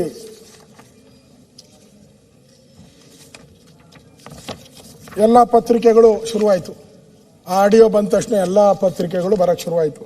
ಅಬ್ಕಾರಿ ಅಧಿಕಾರಿ ಅಬ್ಕಾರಿ ಮಿನಿಸ್ಟರ್ ಹತ್ರ ಹೋಗಿ ಸಾಕು, ಮಿನಿಸ್ಟರ್ ಅಥವಾ ಮಿನಿಸ್ಟರ್ ಮಗನಿಂದ ಮೀಟ್ ಮಾಡಿ, ಪತ್ರಿಕೆ ಎಲ್ಲ ಪತ್ರಿಕೆಗಳು ಎಲ್ಲ ಚಾನಲ್ಲಲ್ಲೂ ಬಂದಿದೆ, ನಾನು ಯಾವ್ದು ಹೆಸರು ಹೇಳಕ್ಕೆ ಹೋಗಲ್ಲ. ಆಮೇಲೆ KR ಪೇಟೆ ನಿಮಗೆ ಬರ್ತೈತೆ, ಹೌದು ನಿಮ್ಮ ಬುಡಕ್ಕೆ ಬರ್ತೈತೆ. ಈಗ ಅಲ್ಲ ನೀವೇನು ಇದ್ದೀರಾ ಅಂತಲ್ಲ, ಸುಮ್ಮನೆ ಬರ್ತೈತೆ ನಿಮ್ಗೆ. ಮಂಜು ಇದ್ದಾರೆ, ಮಂಜು ಇದ್ದಾರೆ. ಅಬ್ಕಾರಿ ಇಲಾಖೆ ಲಂಚಾವತಾರ ಬಿಚ್ಚಿಟ್ಟ ಅಧ್ಯಕ್ಷರು, ಇದೆಲ್ಲ ಬಂದಿರೋವಂಥದ್ದು. ಅಬ್ಕಾರಿ ಇಲಾಖೆಯಲ್ಲಿ ಲಂಚಾವತಾರದ ಪರಿ ಇವೆಲ್ಲ ಪೂರ್ತಿ ಅದೇ. ಆಮೇಲೆ ಅವ್ರು ಹೇಳಿರೋ ಪ್ರಕಾರ ವಿಜಯವಾಣಿ, ವಿಜಯ ಕರ್ನಾಟಕ, ಉದಯವಾಣಿ, ಕನ್ನಡಪ್ರಭ ಎಲ್ಲ ಅವ್ರು ಫಿಕ್ಸ್ ಮಾಡಿರೋ ರೇಟು ಅಧ್ಯಕ್ಷ, ಸುಮ್ಮನೆ ಕೇಳ್ತೀನಿ, ಜಾಸ್ತಿ ಇಲ್ಲ, 4 ಇದೆ. ಅಬಕಾರಿ ಹುದ್ದೆವಾರು ವರ್ಗಾವಣೆಗೆ ಲಂಚ ನಿಗದಿ. ಉಪ ಆಯುಕ್ತರು ಜಾತಿಯವರಾದರೆ, ನಾನು ಯಾವ ಜಾತಿ ಅಂತ ಹೇಳಲ್ಲ, ಜಾತಿಯವರಾದರೆ 2.5ರಿಂದ 2.5, ಬೇರೆಯವರಾದರೆ 3.5 ಕೋಟಿ. ಅಧೀಕ್ಷಕರು 25ರಿಂದ 30 ಲಕ್ಷ, ಉಪ ಅಧೀಕ್ಷರು 30ರಿಂದ 40 ಲಕ್ಷ, ಅಬಕಾರಿ ವೀಕ್ಷಕರು 40ರಿಂದ 50 ಲಕ್ಷ, ಅಬಕಾರಿ ಮತ್ತು ಪೇದೆಗಳಿಗೆ ಸೆಂಟ್ರಿ ಪೇದೆ ಅಂತಿರಲ್ಲ ಪೊಲೀಸ್ ಅವ್ರಿಗೆ 8ರಿಂದ 10 ಲಕ್ಷ. ಅಲ್ಲಿ ಕಾನ್ಸ್ಟೇಬಲ್ ಆದರೆ ಸಾಕು, ಅವನು ಕೋಟ್ಯಾಧಿಪತಿ ಆಗ್ಬಿಡ್ತಾನೆ. ಅಬಕಾರಿ ಪೇದೆ 5ರಿಂದ 8 ಲಕ್ಷ.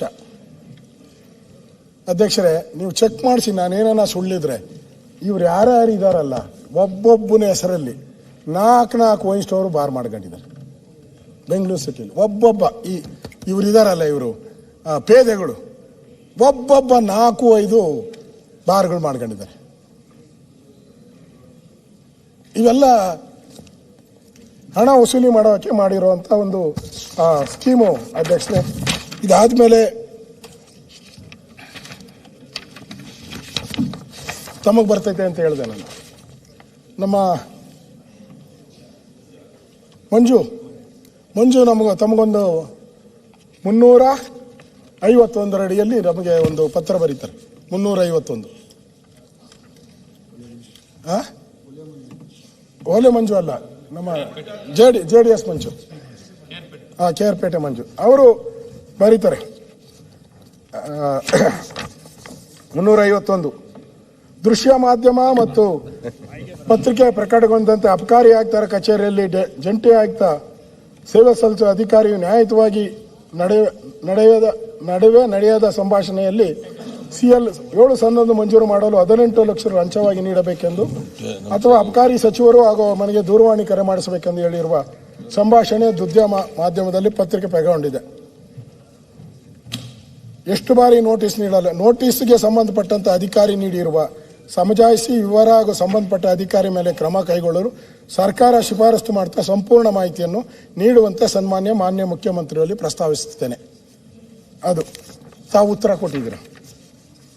ಉತ್ತರ ನಾಗರಾಜಪ್ಪ ಅಬಕಾರಿ ಜಂಟಿ ಆಯುಕ್ತ ಅವರಿಗೆ ಈ ರೀತಿ ಅನವಶ್ಯಕ ವಿಷಯಗಳ ಬಗ್ಗೆ ಸಂಭಾಷಣೆ ನಡೆಸುವ ಶೋಭೆ ಅಲ್ಲ ಹಾಗೂ ಇದು ಇಲಾಖೆಗೆ ತೀವ್ರತರವಾದ ಮುಜುಗರ ಉಂಟು ಮಾಡಿದೆ.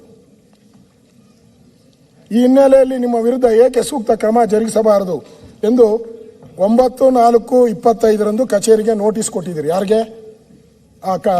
ದುಡ್ಡು ಕೇಳಿದ್ನಲ್ಲ ಲಂಚ ನಾಗರಾಜಪ್ಪ, ಅವನಿಗೊಂದು ನೋಟಿಸ್ ಕೊಟ್ಟವ್ರೆ. ನೋಟಿಸ್ ಕೊಟ್ಬಿಟ್ಟು ನೀನು ಲಂಚ ತಗೊಂಡಿದ್ಯೋ ಇಲ್ಲೋ ಅಪ್ಪ ಅಂತ ಕೇಳಿದ್ದಾರೆ. ಎಲ್ಲ ಎಲೆಕ್ಟ್ರಾನಿಕ್ ಮೀಡಿಯಾ ನಾನು ಇಲ್ಲೆಲ್ಲ ತೋರಿಸಿದ್ದೀನಿ. ಇಲ್ಲೆಲ್ಲ ಅಫಿಷಿಯಲ್ ದಾಖಲೆ, ಅಫಿಷಿಯಲ್ ಪಕ್ಕಾ ದಾಖಲೆ. ಇಷ್ಟೆಲ್ಲ ದಾಖಲೆ ಆದಮೇಲೆ ಉತ್ತರ ಏನು ಬಂದಿದೆ ಕೊನೆಯಲ್ಲಿ? ಉತ್ತರ ಅವರು ಆದ್ದರಿಂದ ಸದರಿ ನೋಟಿಸನ್ನು ಈ ಹಂತದಲ್ಲೇ ಕೈ ಬಿಡಬೇಕೆಂದು ಕೋರಿರುತ್ತಾರೆ. ಯಾರು? ಅಪರಾಧಿ. ಇವ್ರು ಯಾರಿಗೆ ನೋಟಿಸ್ ಕೊಟ್ಟವರಲ್ಲ, ನೀನು ಹಿಂಗೆಲ್ಲ ಮಾಡಿದ್ಯಾ, ದುಡ್ಡು ತಗೊಂಡಿದ್ಯಾ, ರೆಕಾರ್ಡಲ್ಲಿ ಬಂದಿದೆ, ಎಲ್ಲ ಚಾನಲ್ ಬಂದಿದೆ ಅಂತೇಳಿ ಮಂಜು ಅವರು ಕೊಟ್ಟ ಮೇಲೆ ಅವರೊಂದು ನೋಟಿಸ್ ಕೊಡ್ತಾರೆ. ಅಡ್ಜಸ್ಟ್ಮೆಂಟು ಇವು ಇಲಾಖೆ ಮತ್ತು ಅವನ ಮಧ್ಯೆ ಇರೋ ಅಡ್ಜಸ್ಟ್ಮೆಂಟು ಸ್ಪಷ್ಟವಾಗಿ ಗೊತ್ತಾಗ್ತದೆ. ಇದು ನೀಟಾಗಿ ಮಂತ್ರಿಗಳದ್ದು ಅವನು ಒಂದು ವಾಪಸ್ ಕೊಡ್ತಾನೆ. ಇದೆಲ್ಲ ಅವ್ರು ಹೇಳ್ತಾ ಇರೋದು ಏನು ಹೇಳ್ತಾ ಇದ್ದಾರೆ ಅದೆಲ್ಲ ಸುಳ್ಳು ಅಂತ ಕೊಡ್ತಾನೆ ನೋಡಿ. ಅಲ್ಲಿ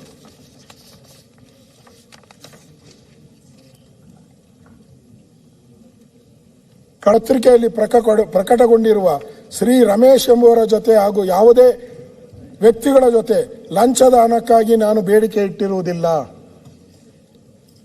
ಹಾಗೂ ಈ ಸಂಬಂಧ ನಾನು ದೂರವಾಣಿ ಸಂಭಾಷಣೆಯನ್ನು ಮಾಡಿರುವುದಿಲ್ಲ. ಇಲ್ಲಿ ಸಂಭಾಷಣೆ ಎಲ್ಲ ಇಲ್ಲೇ ಇದೆ, ನಿಮ್ಮ ಹತ್ರ ಪೂರ್ತಿ ಸಂಭಾಷಣೆ ಇದೆ, ಕೊಟ್ಟಿದ್ದೀನಿ ನಾವು, ಪತ್ರಿಕೆ ಎಲ್ಲದರಲ್ಲೂ ಬಂದಿದೆ. ಇದು ಯಾರೋ ದುರುದ್ದೇಶದಿಂದ ಕಪೋಲ ಕಲ್ಪಿತರಾಗಿ ನನ್ನ ಹೆಸರಿಗೆ ಮಸಿ ಬಳಿಯುವ ಉದ್ದೇಶದಿಂದ ನನ್ನ ಧ್ವನಿಯನ್ನು ಸೃಷ್ಟಿಸುತ್ತಿದ್ದಾರೆ. ಅವನ ವಾಯ್ಸನ್ನು ಸೃಷ್ಟಿ ಮಾಡಿಬಿಟ್ಟವ್ರಂತ ಇವರೆಲ್ಲ ಚಾನಲ್ನವರು, ಪತ್ರಿಕೆಯವರೆಲ್ಲ ಅವನ ವಾಯ್ಸ್ನೇ ಸೃಷ್ಟಿ ಮಾಡ್ಕೊಂಬಿಟ್ಟವ್ರು. ಏನು ಮಾಡೋಕ್ಕೆ ಕೆಲಸ ಇಲ್ಲ, ಅವ್ರು ಬೇರೆ, ನಮಗೂ ಮಾಡೋಕ್ಕೆ ಕೆಲಸ ಇಲ್ಲ, ಸೃಷ್ಟಿ ಮಾಡಿಬಿಟ್ಟಿದ್ದಾರೆ. ಆದ್ದರಿಂದ ಕೈ ಬಿಡಿ ನನ್ನನ್ನು ಅಂತ ಹೇಳಿದರು. ಅದಕ್ಕೆ ಮಂತ್ರಿಗಳದು ಸದರಿ ವಿಷಯ ಸಂಬಂಧಿಸಿದಂತೆ ಆಡಿಯೋ ಸಂಭಾಷಣೆಗಳು, ದೃಶ್ಯ ಮಾಧ್ಯಮ ಮತ್ತು ಪತ್ರಿಕೆಗಳ ಕುರಿತು ಯಾವುದೇ ಸನ್ನದ್ಧದಾರರು ಅಥವಾ ಯಾವುದೇ ಬಾಧಿತ ವ್ಯಕ್ತಿಗಳು ದೂರು ಸಲ್ಲಿಸದ ಆದ ಕಾರಣ ಪ್ರಕರಣವನ್ನು ಮುಂದಿನ ತನಿಖೆ ನಡೆಸಲು ಕಷ್ಟವಾಗಿರುತ್ತದೆ. ಇಷ್ಟೆಲ್ಲ ವಿಡಿಯೋ ಕೊಟ್ಟ ಮೇಲೆ, ಆಲ್ ಇಂಡಿಯಾ ಚಾನೆಲ್ಗಳಲ್ಲಿ ಬಂದ ಮೇಲೆ ಇಲಾಖೆಯಿಂದ ಅವನಿಗೇನು ಮಾಡ್ತಾರೆ? ಸಂಬಂಧಪಟ್ಟ ವ್ಯಕ್ತಿಯ ದೂರು ಸ್ವೀಕರಿಸಿ ಸಂಪೂರ್ಣ ತನಿಖೆ ನಡೆಸಿ ಕಾನೂನು ಅಥವಾ ಕೈಗೊಳ್ಳೋ ಕ್ಲೋಸ್ ಮಾಡಿಬಿಡ್ತಾರೆ. ಇದು ಈ ಸರ್ಕಾರಕ್ಕೆ ಏನು ಹೇಳ್ಬೇಕು ನಾವು? ಇಷ್ಟೆಲ್ಲ ಕೊಟ್ಟ ಮೇಲೆ, ದಾಖಲೆ ಕೊಟ್ಟ ಮೇಲೂ ಆಯಿತು, ಇದರ ಆಡಿಯೋ ಕೊಟ್ಟಿದ್ರಿ, ಮುಂದೆ ನಮ್ಮ ಮುನಿರತ್ನ ಅವ್ರದ್ದೊಂದು ಯಾರೋ SC ST ಬೈದಿದ್ರೆ ಅಂತ ಹಾಕ್ಬಿಟ್ಟು ಜೈಲಿಗೆ ಹಾಕ್ಬಿಟ್ರು ಆಡಿಯೋ ಮೇಲೆ. ಅದನ್ನು ಫೋರೆನ್ಸಿಕ್ ಕಳಿಸಿದ್ರು. ಇಲ್ಲಿ ಯಾಕೆ ಒಂದು ಫೋರೆನ್ಸಿಕ್ ಕಳಿಸಿಲ್ಲ? ನೀವು ಶಾಮೀಲಾಗಿಲ್ಲ ಅಂದರೆ ಫೋರೆನ್ಸಿಕ್ ಕಳಿಸ್ಬೇಕಾಯ್ತಲ್ಲ. ಈಗ ಮುನಿರತ್ನ ಬೈದಿದ್ದಾರೆ, ಅದನ್ನು ತನಿಖೆ ಮಾಡಿದ್ದಾರೆ, ಬೈದಿದ್ದಾರೆ ಅಂತ ಫೋರೆನ್ಸಿಕ್ ರಿಪೋರ್ಟ್ ಕಳಿಸ್ತೀರಾ, ಜೈಲಿಗೆ ಕಳಿಸ್ತೀರಾ? ಇವನು ಇಷ್ಟೆಲ್ಲ ಆದಮೇಲೂ ಕೂಡ ಇವೊಂದು ಫೋರೆನ್ಸಿಕ್ ರಿಪೋರ್ಟೇ ಇಲ್ಲ, ಏನೂ ಇಲ್ಲ. ಇಂದ ಅವನ ಹೇಳಿಕೆ ತಗೊಂಡ್ರು, ಕ್ಲೋಸ್ ಮಾಡಿದ್ರು. ಎಲ್ಲನೂ ಉಂಟಾ? ಯಾವುದಾದ್ರೂ ಒಂದು ಕೋರ್ಟ್ಗಳಲ್ಲಾಗಲಿ ಇಲಾಖೆಗಳಾಗಲಿ ಅಪರಾಧಿನ ಕರೆದುಬಿಟ್ಟು, ಏನಪ್ಪ ನೀನು ಕಳ್ತನ ಮಾಡಿಲ್ಲ ಅಲ್ವಾ? ಇಲ್ಲ ಸರ್ ನಾನು ಮಾಡಿಲ್ಲ, ಬರ್ಕೊಡು ಹಂಗಂತ ಬರ್ಸ್ಕೊಂಡು ಕೊಟ್ಟಿದ್ದಾರೆ. ಈ ಮಂತ್ರಿಗೆ ಇದ್ರ ಬಗ್ಗೆ ಸಂಬಂಧ ಇಲ್ಲ ಅಂತಂದ್ರೆ, ಮಂತ್ರಿಗೆ ಲಿಂಕ್ ಇಲ್ಲ ಅಂದಿದ್ರೆ ಅವನು ಕ್ಷಣ ಮಾತ್ರದಲ್ಲಿ ಅರಿಯಕ್ಕೆ ಸಾಧ್ಯನೇ ಇಲ್ಲ. ಒಂದು ನಿಮಿಷ ಇದರಿಂದ ಪ್ರೂವ್ ಆಯ್ತಲ್ಲ. ಫಸ್ಟ್ ಕೇಸ್ ಇದು ಪ್ರೂವ್ ಆಯ್ತು. ಇಲ್ಲಿ ಇನ್ನೊಂದು ಬಹಳ ಇಂಪಾರ್ಟೆಂಟು, ಮಂತ್ರಿಗಳೆಲ್ಲರೂ ಕೂಡ ಇಷ್ಟು ದಿನ ನಾವು ರಾಜಕಾರಣಿಗಳು MLAಗಳೆಲ್ಲ ಜಾತಿ ರಾಜಕಾರಣಗಳನ್ನು ಮಾಡ್ತಾ ಇದ್ರಿ, ಆ ಜಾತಿ ಈ ಜಾತಿ ಅಂತಲ್ಲಿ. ಈಗ ಸಿದ್ದರಾಮಯ್ಯನವ್ರ ಸರ್ಕಾರ ಕಾಂಗ್ರೆಸ್ ಬಂದ ಮೇಲೆ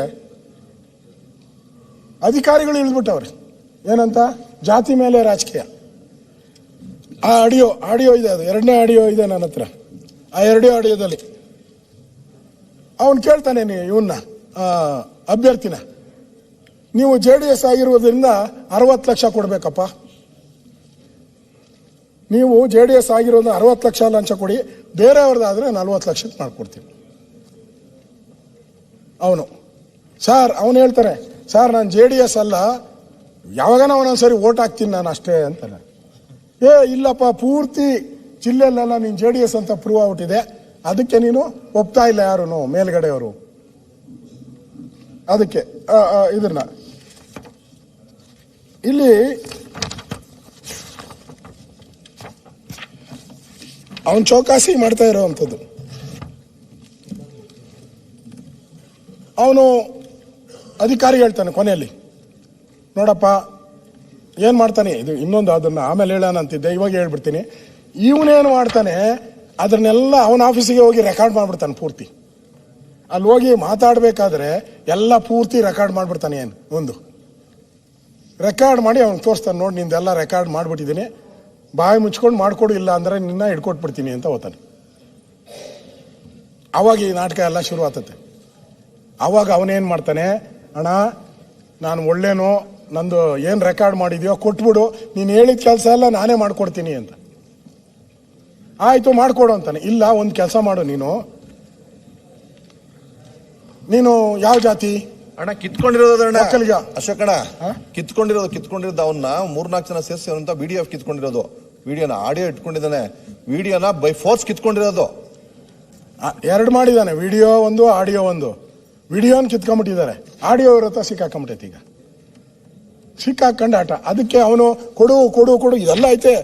ನಿಮ್ ಓದು ಅಂದ್ರೆ ಬಹಳ ಜಾಸ್ತಿ ಐತೆ ಓದಕ್ಕೆ. ಓದ್ತೀನಿ, ಒಂದ್ 2 ಲೈನ್ ಓದ್ತೀನಿ. ಅದರಲ್ಲಿ ಕ್ಲಿಯರ್ ಆಗಿ ಹೇಳಿದ್ದಾರೆ ಏನು ಅಂದ್ರೆ ಹಾ ಅದು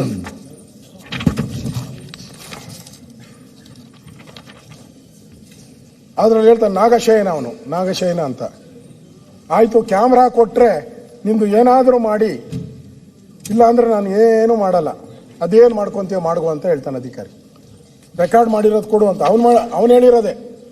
ಇದು ನಿಂದು ಏನಿದೆಯೋ ನಾನು ಮಾಡಿಕೊಡ್ತೀನಿ, ಮಾಡಿಕೊಡೋ ಜವಾಬ್ದಾರಿ ನಂದು ನೋಡಪ್ಪ. ಎಲ್ಲೂ ಇದನ್ನು ಡಿಸ್ಕ್ಲೋಸ್ ಮಾಡಬೇಡ, ಯಾರಿಗೂ ಹೇಳ್ಬೇಡ, ಯಾವ ಲೈಸೆನ್ಸು ಡಿಸ್ಕ್ಲೋಸ್ ಮಾಡಬೇಡ, ಏನು ಬೇಕೋ ನಾನು ಮಾಡಿಕೊಡ್ತೀನಿ ಅಂತಾನೆ. ನಾಗಶಯನ, ನೋಡು ಸುಂದರು, ನಾನು ನಿನಗೆ ಈಗ ಏನು ಕೆಲಸ ಆಗಬೇಕು ನಾನು ಚೆಲುವಪ್ಪಾಜಿ ಗೌಡ್ರ ಮೇಲೆ ಆಣೆ ಮಾಡಿ ಹೇಳ್ತೀನಿ. ಕೆಲಸ ಮಾಡಿಕೊಡೋ ಜವಾಬ್ದಾರಿ ನಂದು. ನಾನು ಏನು ಜಾಣ್ಮೆ ಉಪಯೋಗಿಸ್ತೀನಿ, ಏನು ತಲೆ ಉಪಯೋಗಿಸ್ತೀನಿ, ಯಾವ ರೀತಿ ಮಾಡಬೇಕು ಅಂತ ನನಗೆ ಗೊತ್ತಿದೆ. ನಾನು ಮಾಡ್ತೀನಿ, ನೀನು ನನ್ನ ಮೇಲೆ ನಂಬಿಕೆ ಇಡು. 100% ಅದನ್ನು ಕೊಟ್ಟು ಬಿಡು, ಆ ಆಡಿಯೋನ ಕೊಟ್ಟು ಬಿಡು, ಹೋಗು.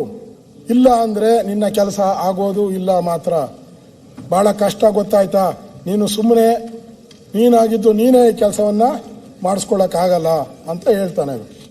ಗಲಾಟೆ ಮಾಡಬೇಡ, ಬಾ ಇಲ್ಲಿ, ನೀನು ನನ್ನ ತಮ್ಮನ ಥರ, ಅದನ್ನು ಕೊಟ್ಬಿಡು ಕ್ಯಾಸೆಟನ್ನು ಅಂತ ಹೇಳ್ತಾ ಇದ್ದಾನೆ. ಅದು ಬಿಟ್ಟು ಕೊನೆಗೆ ಅರ್ಜಿದಾರ, ಸರ್ ನಿಜವಾಗೂ ನಮ್ಮಿಂದ ಏನು ಅಂತ ಆದರೆ ಯಾವುದಾದ್ರೂ ಏನಾದರೂ ಇದ್ರೆ ಮಾಡಿಕೊಡಿ ಅಂತಾರೆ. ನಾಗಶಯನ ಅಧಿಕಾರಿ, ಆಯ್ತಪ್ಪ ನೀನು ಮಾಡಲ್ಲ, ಕೊಡು, ಅದನ್ನು ಕೊಟ್ಟುಬಿಡು, ಬಿಟ್ಟು ಹೋಗು. ನಾನು ಹೇಳ್ತಾ ಇದ್ದೀನಿ, you are like my brother. ಆಯ್ತಾ? ವಿಶ್ವಾಸ ಇಡು, ವಿಶ್ವಾಸ ಇಡ್ಬೇಕು ಕಣೋ ಅಧಿಕಾರಿಗಳ ಮೇಲೆ. ನಿನ್ನ ಕೆಲಸ ಆಗಿಲ್ಲ ಅಂತ ದಿವಸಕ್ಕೆ ಗಾಂಧೀಜಿಯ ಮೇಲೆ ಆಣೆ ಮಾಡಿ ಹೇಳ್ತೀನಿ. ಗಾಂಧೀಜಿ ತಂದ್ಬಿಡಿ.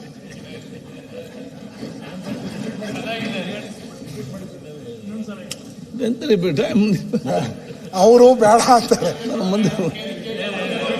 ಅಶೋಕಣ್ಣ, ಇದು ಯಾವ್ದೋ ಹೊಸ ಡೈಲಾಗ್ ಗಾಂಧೀಜಿ ಎಲ್ಲಾರು.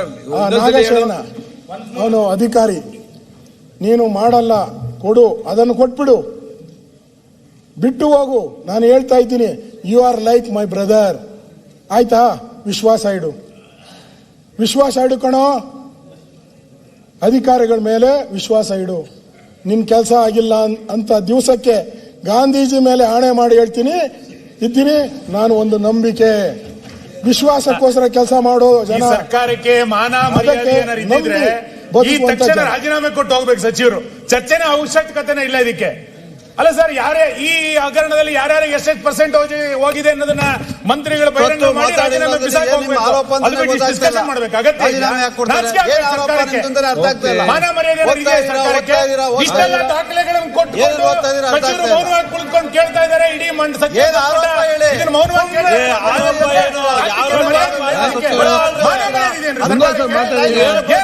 ಚರ್ಚೆ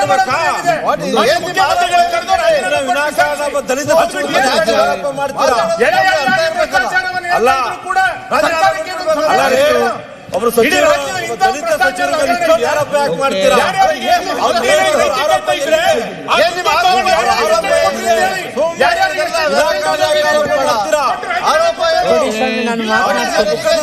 ಪಾಪಿ ತರ ಕೂತವ್ರೆ. ಅದು ಉತ್ತರ ಕೊಡ್ತಾರಲ್ಲ ಈಗ. ಅವಾಲಿಂದ ಓದ್ತಾ ಇದಾರೆ. ಮಹಾತ್ಮ ಗಾಂಧಿ ಮಾತಾಡಿ ಮುಗಿಸಿ ಮತ್ತೆ ಮಾತಾಡಿ.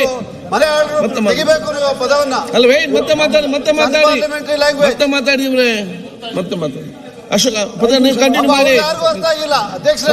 ಅಧ್ಯಕ್ಷರೇ, ವಿರೋಧ ಪಕ್ಷದವ್ರು ಯಾರು ಕೂಡ ಅರ್ಥ ಆಗಿಲ್ಲ ಏನು ಆರೋಪ ಅಂತ ಇಷ್ಟೊತ್ತು. ವಾಟ್ ಇಸ್ ದ ಆರೋಪ ಅಂತ ಹೇಳಿ ಸುಮ್ಮನೆ ಓದ್ತಾ ಇರೋದಲ್ಲ. ರಾಜೀನಾಮೆ ಪ್ರಯೋಜನ ಇಲ್ಲ.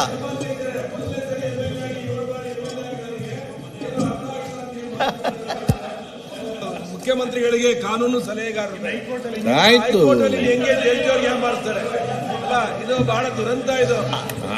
ಈಗ ಅವ್ರ ಫಸ್ಟ್ ಟೈಮ್ ತಾಳ್ಮೆ ಬೇಕಲ್ಲ ಹಿರಿಯರಿಗೆ. ಹೊನ್ನಣ್ಣವ್ರೆ ಸರಿ MLA ಇರ್ಬೋದು, ಭಾರಿ ಒಳ್ಳೆ ಅನುಭವ ಇದೆ ಅವರಿಗೆ. ಸುಮ್ಮನೆ ಈ ರೀತಿಯಲ್ಲಿ ಮಾತಾಡಬೇಡಿ. ಮಾತಾಡಿ.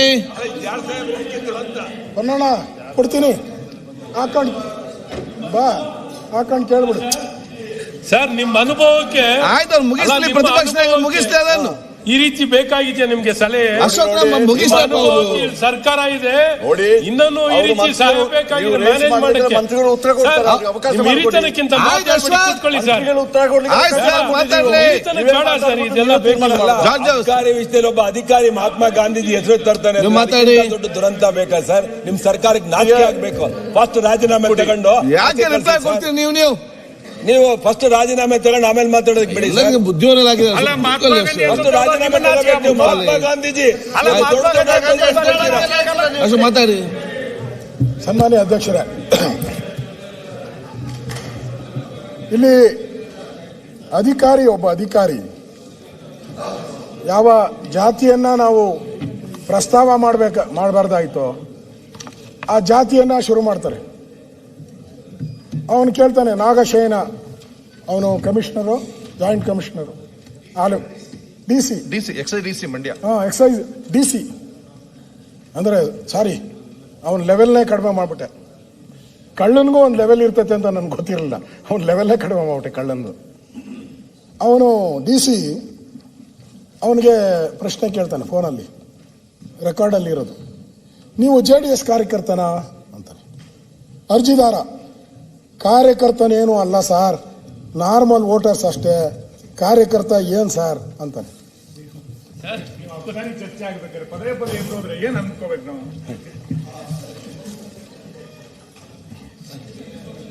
ಮತ್ತೆ ನಾಗಶಯನ, ನಾನು ಆ ಕಡೆ ನೋಡಲ್ ಬಿಡಿ, ಈ ಕಡೆ ನೋಡಿ ಮಾತಾಡ್ತೀನಿ. ಮತ್ತೆ ನಾಗಶಯನ DC, ಮತ್ತೆ ಹಂಗೆ ಪ್ರತಿಬಿಂಬಿಸಿಬಿಟ್ಟಿದ್ದಾರಲ್ಲ ನಿಮ್ಮನ್ನು, JDS ಕಾರ್ಯಕರ್ತ ಅಂತೆ.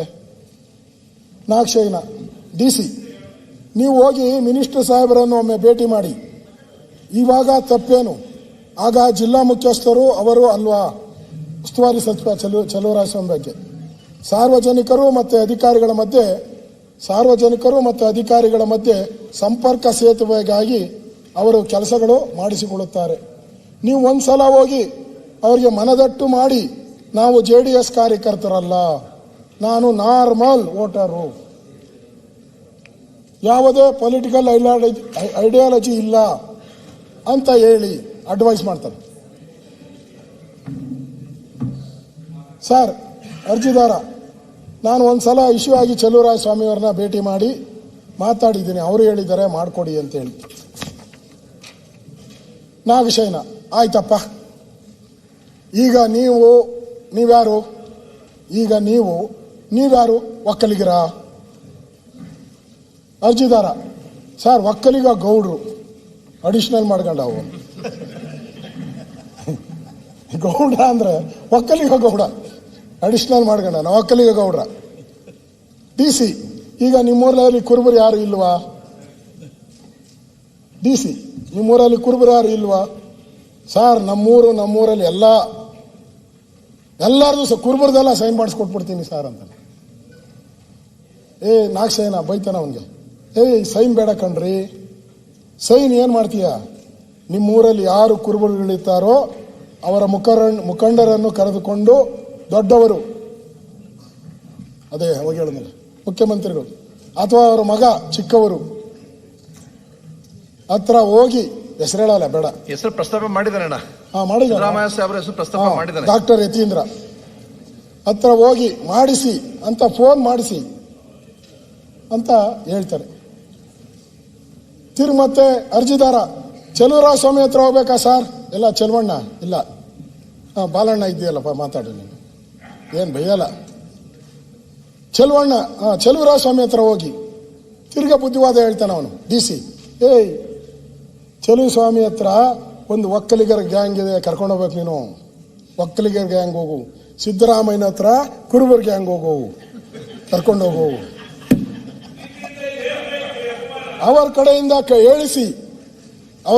ಹೇಳಿಸಿ ಆಗುತ್ತೆ. ಯಾಕೆ ಆಗಲ್ಲ? ಅದೊಂದು ನಾನು ಹೇಳಿದಂಗೆ ಸಿದ್ದರಾಮಯ್ಯನವರು ಚಲುವರಾಯಸ್ವಾಮಿ ಹತ್ರ ಒಂದು ಹೇಳಿಸ್ರೆ ಇವೆಲ್ಲನೂ ಕೂಡ ಮಾಡಿಕೊಡ್ತೀನಿ. ಇದು ಆಡಿಯೋದಲ್ಲಿ ಇರುವಂಥದ್ದು. ಅಂದರೆ ಒಬ್ಬ ಅಧಿಕಾರಿ ಅವನ ಕೆಲಸ ಏನು ಸರ್? ಅವನ ಕೆಲಸ ಏನು? ಸರ್ಕಾರದ ಕೆಲಸ ಮಾಡಬೇಕು. ಬೋರ್ಡ್ ಬೇರೆ ಹಾಕಿದ್ದೀರಿ. ಸರ್ಕಾರ ಕೆಲಸ, ದೇವ್ರ ಕೆಲಸ. ಈ DC ಜಾತಿ ಕೆಲಸ, ಸರ್ಕಾರದ ಕೆಲಸ, ದೇವ್ರ ಕೆಲಸ. ಇವನು ಜಾತಿ ಕೆಲಸ ಮಾಡ್ತಾನೆ. ಅಂದ್ರೆ ಈ ಸರ್ಕಾರ ಜಾತಿ ಮೇಲೆ ವೈನ್ ಸ್ಟೋರ್ ಬಾರ್ಗಳು ಹಂಚ್ತಾ ಇದೆಯಾ? ಆಡಳಿತ ಮಾಡ್ತಾ ಇದೆಯಾ? ಒಕ್ಕಲಿಗರು, ಕುರುಬರು, ಲಿಂಗಾಯತರು, ದಲಿತರು, ಗಾಂಧಿ ಹೆಸರಲ್ಲ, ಹಣ ತಗೊಳಕ್ಕೆ ಗಾಂಧೀಜಿ ಆಣೆ ಮಾಡ್ತಾರೆ. ಹಣ ತಗೊಳಕ್ಕೆ ಅವ್ರ ಅಪ್ಪ ಅಮ್ಮನ ಮೇಲೆ ಮಾಡಲಿ ಆಣೆ, ಅವ್ರ ಅಪ್ಪ ಅಮ್ಮ ಯಾರ ಮೇಲೂ ಮಾಡ್ಕೊಳ್ಳಿ, ಹೋಗಿ ಗಾಂಧೀಜಿ ಅಂತಂದು ಅವ್ರ ಮೇಲೆ ಆಣೆ ಮಾಡ್ತಾರಲ್ಲ. ಅಂದರೆ ನಮ್ಮಲ್ಲಿ ಯಾರೋ ಕುಲವೆಂದು ಒಡೆದಾಡಬೇಡಿ ಅಂತ ಕನಕದಾಸರು, ಕನಕದಾಸರು ಕುಲವೆಂದು ಒಡೆದಾಡಬೇಡಿ, ಇಲ್ಲಿ ಕುರುಬನ್ ಕರ್ಕೊಂಡೋಗಿ ಅಂತಾರೆ. ಅಲ್ಲ ಸರ್, ಅವ್ನು ಎಕ್ಸೈಸ್ DC ಯಾವ ಕ್ಯಾಸ್ಟ್ ಅದ ಹೇಳಿಲ್ಲ. ಎಕ್ಸೈಸ್ DC ಯಾವ ಕ್ಯಾಸ್ಟ್ ಅಂತ ಗೊತ್ತಾಗ್ಲಿಲ್ಲ. ಯಾರು ಕಾಸು ಇಸ್ಕೊಂಡು ಹಾಕಿದ್ರು ಅವ್ರನ್ನ ಕೇಳಪ್ಪ. ನಾನಂತೂ ಟ್ರಾನ್ಸ್ಫರ್ ಲೆಟರ್ ಕೊಟ್ಟಿಲ್ಲ. ಅಲ್ಲ, ಇಷ್ಟೊಂದು ಹೇಳ್ತಾ ಇದ್ರೆ ಟ್ರಾನ್ಸ್ಫರ್ ಲೆಟರ್ ಕೊಟ್ಟಿಲ್ಲ. ನಾನು ಗೊತ್ತಿಲ್ಲ, ಯಾರನ ಇದ್ಕೊಳ್ಳಿ, ನನಗೇನು, ನಾನು ಆ ಜಾತಿದು ಹೇಳಿಲ್ಲ. ಅವ್ನು ಹೇಳಿರೋದು ಅದು ಗೊತ್ತಾಗ್ಲಿ ಸದನಕ್ಕೆ ಅಂತ. ಕುರುಬರು ಬಂದ್ರು, ಒಕ್ಕಲಿಗರು ಬಂದ್ರು, ಅವನು ಯಾವ್ದೋ ಒಂದು ಗೊತ್ತಾಗ್ಬಿಡ್ಲಿ ಅಂತ ಅಷ್ಟೇ. ಇದರಲ್ಲಿ ಸರ್ಕಾರ ಒಂದು ಸರ್ಕಸ್ ಕಂಪನಿ ತರ ಕೆಲಸ ಮಾಡಬೇಕು. ಸರ್ಕಸ್ ಕಂಪನಿ ಸರ್ಕಾರ ಒಂದು ಗೌರವ ಇದೆ, ಅದಕ್ಕಾದ್ರೂ ಒಂದು ಗೌರವ ಇದೆ. ಇದು ಅದಕ್ಕಿಂತ ಕೆಟ್ಟದಾಗಿ ಮಾತಾಡಿರೋದು ಇವೆಲ್ಲನೂ ಕೂಡ ಇದೆ. ಇಷ್ಟು ನಾನು ಅದ್ರ ಬಗ್ಗೆ ನಾನು ಹೇಳಿದ್ದೀನಿ ಅಧ್ಯಕ್ಷರೇ. ಅವರು ಮತ್ತೆ ಮುಂದಕ್ಕೆ ಇನ್ನೂ ಜಾಸ್ತಿ ಇದೆ. ಲೈನ್ ಓದ್ತೀನಿ. ಎಣ್ಣೆ ಅಂಗಡಿಗೆ ಹೋಗ್ಬಿಟ್ರೆ ಇಂಥ 50 ವಿಡಿಯೋ ತರ್ಬೋದು. ಹೌದಾ? ಆಡಿಯೋ ವಿಡಿಯೋನು ತರ್ಬೋದು, ಆಡಿಯೋನು ತರ್ಬೋದು. ಮಾತಾಡ್ತಿರ್ತಾರೆ ಕುಡ್ದು. ಏನ್ ಮಾಡೋದು? ನಿಮ್ದು 2.5 ವರ್ಷ ಸರ್ಕಾರದ ಎಣ್ಣೆ ಅಂಗಡಿ ಹೊಡಿತಾ ಇದ್ನ DC ಮಾತಾಡ್ತಾರೆ. ನಿಮ್ಮ DC ಎಣ್ಣೆ ಅಂಗಡಿ ಮತ್ತೆ ಇದೆಲ್ಲ ಡೈರೆಕ್ಟ್ ಆಗಿ ದುಡ್ಡು ಹೊಡೆದದ್ದು ಕೊಟ್ಟು ಹೊರಕ್ಕೆ ಹೋಗಿ ಅಂತ ಹೇಳಿ ಅದು ಬಿಟ್ಟು ಈ ವಿಡಿಯೋ ಎಲ್ಲಾ ಕಾಲದಲ್ಲೂ ಎಲ್ಲಾ ಇದ್ರಲ್ಲೂ ಎಣ್ಣೆ ಅಂಗಡಿ ಹೋದ್ರೆ ಮಾತಾಡ್ತಲ್ಲ ಎಣ್ಣೆ ಇದೆಲ್ಲ ಏನು ಇದೆಲ್ಲ ದಾಖಲಾತಿ. ನಾವೇನೋ ತಿಮ್ಮಾಪುರರು ಕಂಠ ಇಸ್ಕೊತಿರೋದೆಲ್ಲ ಸಿಕ್ಕಿಬಿಡಿತೆ ಅಂತ ತಿಳ್ಕೊಂಡಿದ್ದು. ಸಿಕ್ಕಿಲ್ಲ. ಇವೆಲ್ಲ ಏನ್ ಡಾಕ್ಯುಮೆಂಟ್ ಎಲ್ಲ ಇವೆಲ್ಲ ನಡೀತಿರ್ತವೆ. ಅವನ ಹೆಸರು ಇವನೇ ಹೇಳ್ತಾನೆ, ಹೇಳ್ತಾನೆ, ಅವನ್ ತಕ್ಕೋದ್ರ ನಾವೇ ಹೇಳ್ತೀವಿ ಕೆಲ ಸಂದರ್ಭದಲ್ಲಿ. ಅಲ್ಲಿ ಹೋಗಪ್ಪ ಅವ್ರ ಹತ್ರಕ್ಕೆ ಆಗತ್ತೆ, ನಮ್ಮ ಹತ್ರ ಹಾಕಲ್ಲ. ಅದಕ್ಕೆ ನೀವ್ ಇವೆಲ್ಲನು ಯಾವನ ಆಗದನ್ ಮುಂದೆ ಮೆಟ್ಕೊಂಡು ಹೋಗ್ಬಿಟ್ರಿ. ಇವತ್ತೇನು ಸಾಮಾಜಿಕ ಜಾಲತಾಣ ಬಹಳ ಚೆನ್ನಾಗಿದೆ. ಎಲ್ಲಿ ಬೇಕಾದ್ರೂ ಯಾರು ನಮ್ ಸರ್ಕಾರ ಇದ್ದಾಗ ಕೆಂಪಣ್ಣನ ಅರಸೀಕೆರೆ ಯಾವ ಎಣ್ಣೆಯಿಂದ ಕರ್ಕೊಂಡ್ ಬಂದಿದ್ರಿ ಹೇಳಿ? ಯಾವ ಎಣ್ಣೆ ಅಂಗಡಿಯಿಂದ ಕರ್ಕೊಂಡ್ ಬಂದಿದ್ರಿ? ಅವಾಗ ಕೆಂಪಣ್ಣ ಸರಿ ಇತ್ತು, ಅವಾಗ ಎಣ್ಣೆ ಅಂಗಡಿಯಿಂದ ಕೆಂಪಣ್ಣ ಬಂದಿರ್ಲಿಲ್ವಾ? ಈಗ ನಿಮಗೆ ಇದು ಯಾವ್ದೋ ಎಣ್ಣೆ ಅಂಗಡಿಯಿಂದ ಮಾಡಿಸಿದ್ದು ಅಂತ ಹೇಳ್ತೀರಾ? ಅಲ್ಲಲ್ಲ, ಇವು ಸಿಗ್ತವೆ ಅಂದೆ. ಇವು ಯಾಕಾಗಕ್ಕಲ್ಲ, ಅವ್ನು ಮಾತಾಡ್ತಿರ್ತಾರೆ ಅಲ್ಲಿ ಕೂತ್ಕೊಂಡು ಎಣ್ಣೆ ಬಾರಲ್ಲಿ ಹಿಂದೆ. ಜಾಯಿಂಟ್ ಕಮಿಷನ್ DC ಎಣ್ಣೆ ಅಂಗಡಿ ಕೊಬ್ಬರಿ ಅಲ್ಲ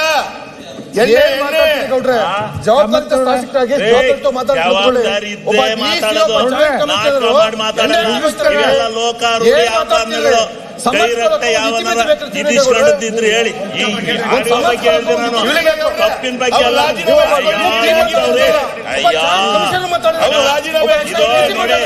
ಆತ್ಮಸಾಕ್ಷಿನೂ ಬೇಕಾಗುತ್ತೆ.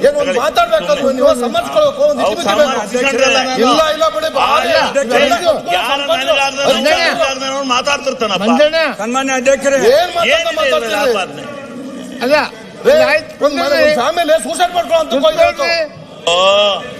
ಅಲ್ಲ ನಿಮ್ದೇನ ಕೇಸ್ ಗೊತ್ತಲ್ಲ ನನಗೆ. ನಾನು ಹೇಳಿದ್ದು ಅವ್ರ ಆಡಿಯೋಗಳನ್ನ ಹೇಳಿದ್ದು. ನಿಮ್ ಕೇಸ್ ಅಂತ ಏನಾರಾಗಿದ್ರೆ ಪ್ರತಿಪಕ್ಷ ನಾಯಕರು ಮಾತಾಡುವಾಗ ಎದ್ದು ಮಾತಾಡ್ಬೇಡ್ರಿ. ಅಲ್ಲಂ ಪ್ರಭುಗಳು ಏನೋ ಮಾತಾಡ್ತಿರ್ತಾರೆ. ಹೇಳ್ರಿ ಹೇಳ್ರಿ, ನಿಮ್ ಫ್ರೆಂಡ್ ಅವರು ಹೇಳ್ರಿ.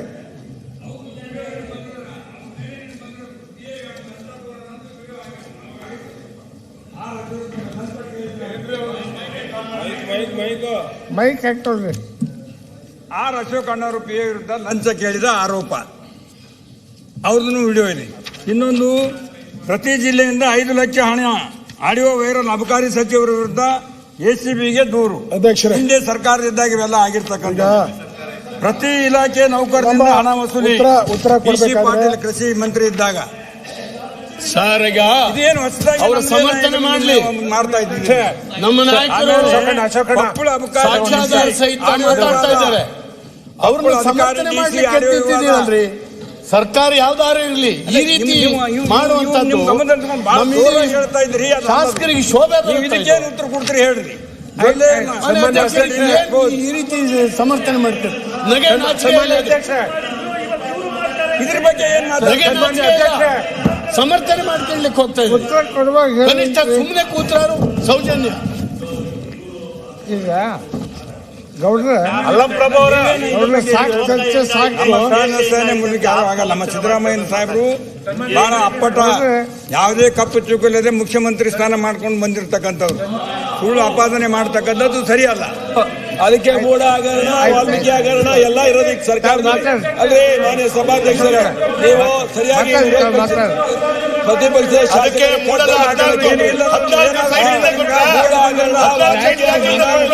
ಈ ರಾಜ್ಯದ ಅರ್ಧ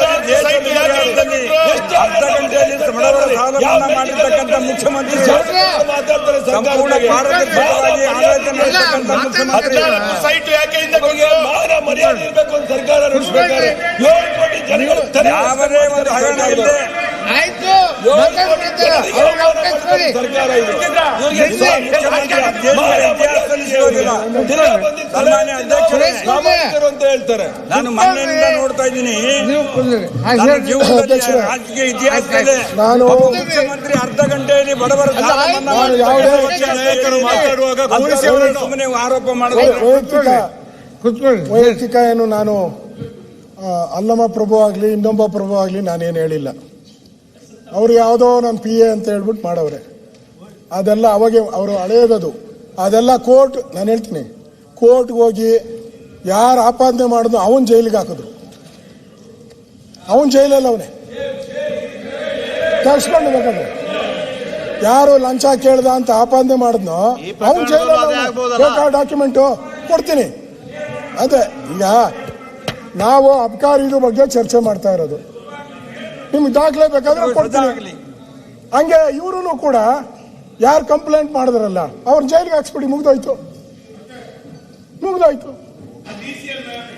ಹಾಕಿ. ಇಲ್ಲಿ ಸನ್ಮಾನ್ಯ ಅಧ್ಯಕ್ಷರೇ,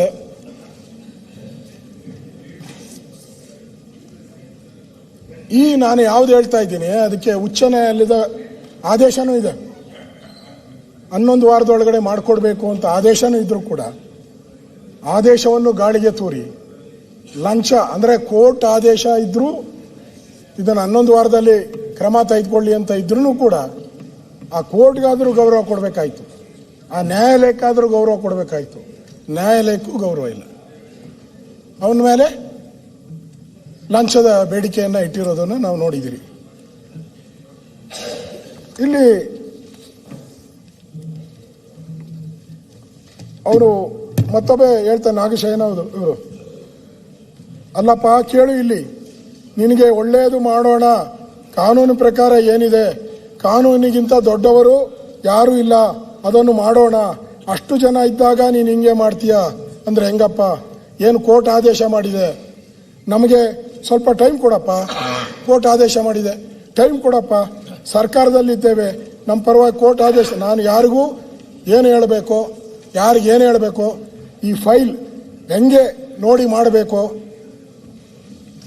ಅದನ್ನು ಐಡಿಯಾ ಮಾಡ್ತೀನಿ. ಸಡನ್ನಾಗಿ ಏಕಾಏಕಿ ಮಾಡಿಬಿಟ್ರೆ ಎಲ್ಲರಿಗೂ ಡೌಟ್ ಬರ್ತೈತೆ. ಅದರಿಂದ ನೀನು ಸ್ವಲ್ಪ ಸಮಾಧಾನವಾಗಿರು ಅಂತ ಹೇಳಿ ಅವನಿಗೆ ಹೇಳಿರೋದನ್ನು ಕೂಡ ಇಲ್ಲಿ ಸ್ಪಷ್ಟವಾಗಿ ಕಾಣ್ತಾ ಇದೆ ಅಧ್ಯಕ್ಷರೇ. ಇದು ನಾವು ಈಗ ಇಂಪಾರ್ಟೆಂಟ್ ಆಗಿ ಇದಾದಮೇಲೆ federation of wine merchant association Karnataka Bengaluru, ಇವರು ಯಾವ ರೀತಿ ಕೆಂಪಣ್ಣ ಆಪಾದನೆ ಮಾಡಿದ್ರಲ್ಲ ಆ ಥರ ಇವರೊಂದು ಆಪಾದನೆಯನ್ನು ಮಾಡ್ತಾರೆ. ಗುರುಸ್ವಾಮಿ ಕೆಂಪಣ್ಣ ನಿರಾಧಾರ ಮಾತಾಡೋ, ಸತ್ತಾಗ ಯಾರು ಓಡ್ಲೇ ಇಲ್ಲ, ಇವ್ರು ಪಾಪ ಒಬ್ರು ಹೋಗಿಲ್ಲ. ಮೊನ್ನೆ ಕಾಂಟ್ರಾಕ್ಟರ್ ಅಸೋಸಿಯೇಷನ್ ಹೇಳಿದ್ರು, ಬದುಕಿದ್ದಾಗ ಅವನು ಉಪಯೋಗ ಮಾಡ್ಕೊಂಡು ಹೋಗಿಲ್ಲ. ಅವರ ಹೋಗ್ಬೇಕಲ್ವಾ ಸುಳ್ಳು. ಇಲ್ಲಿ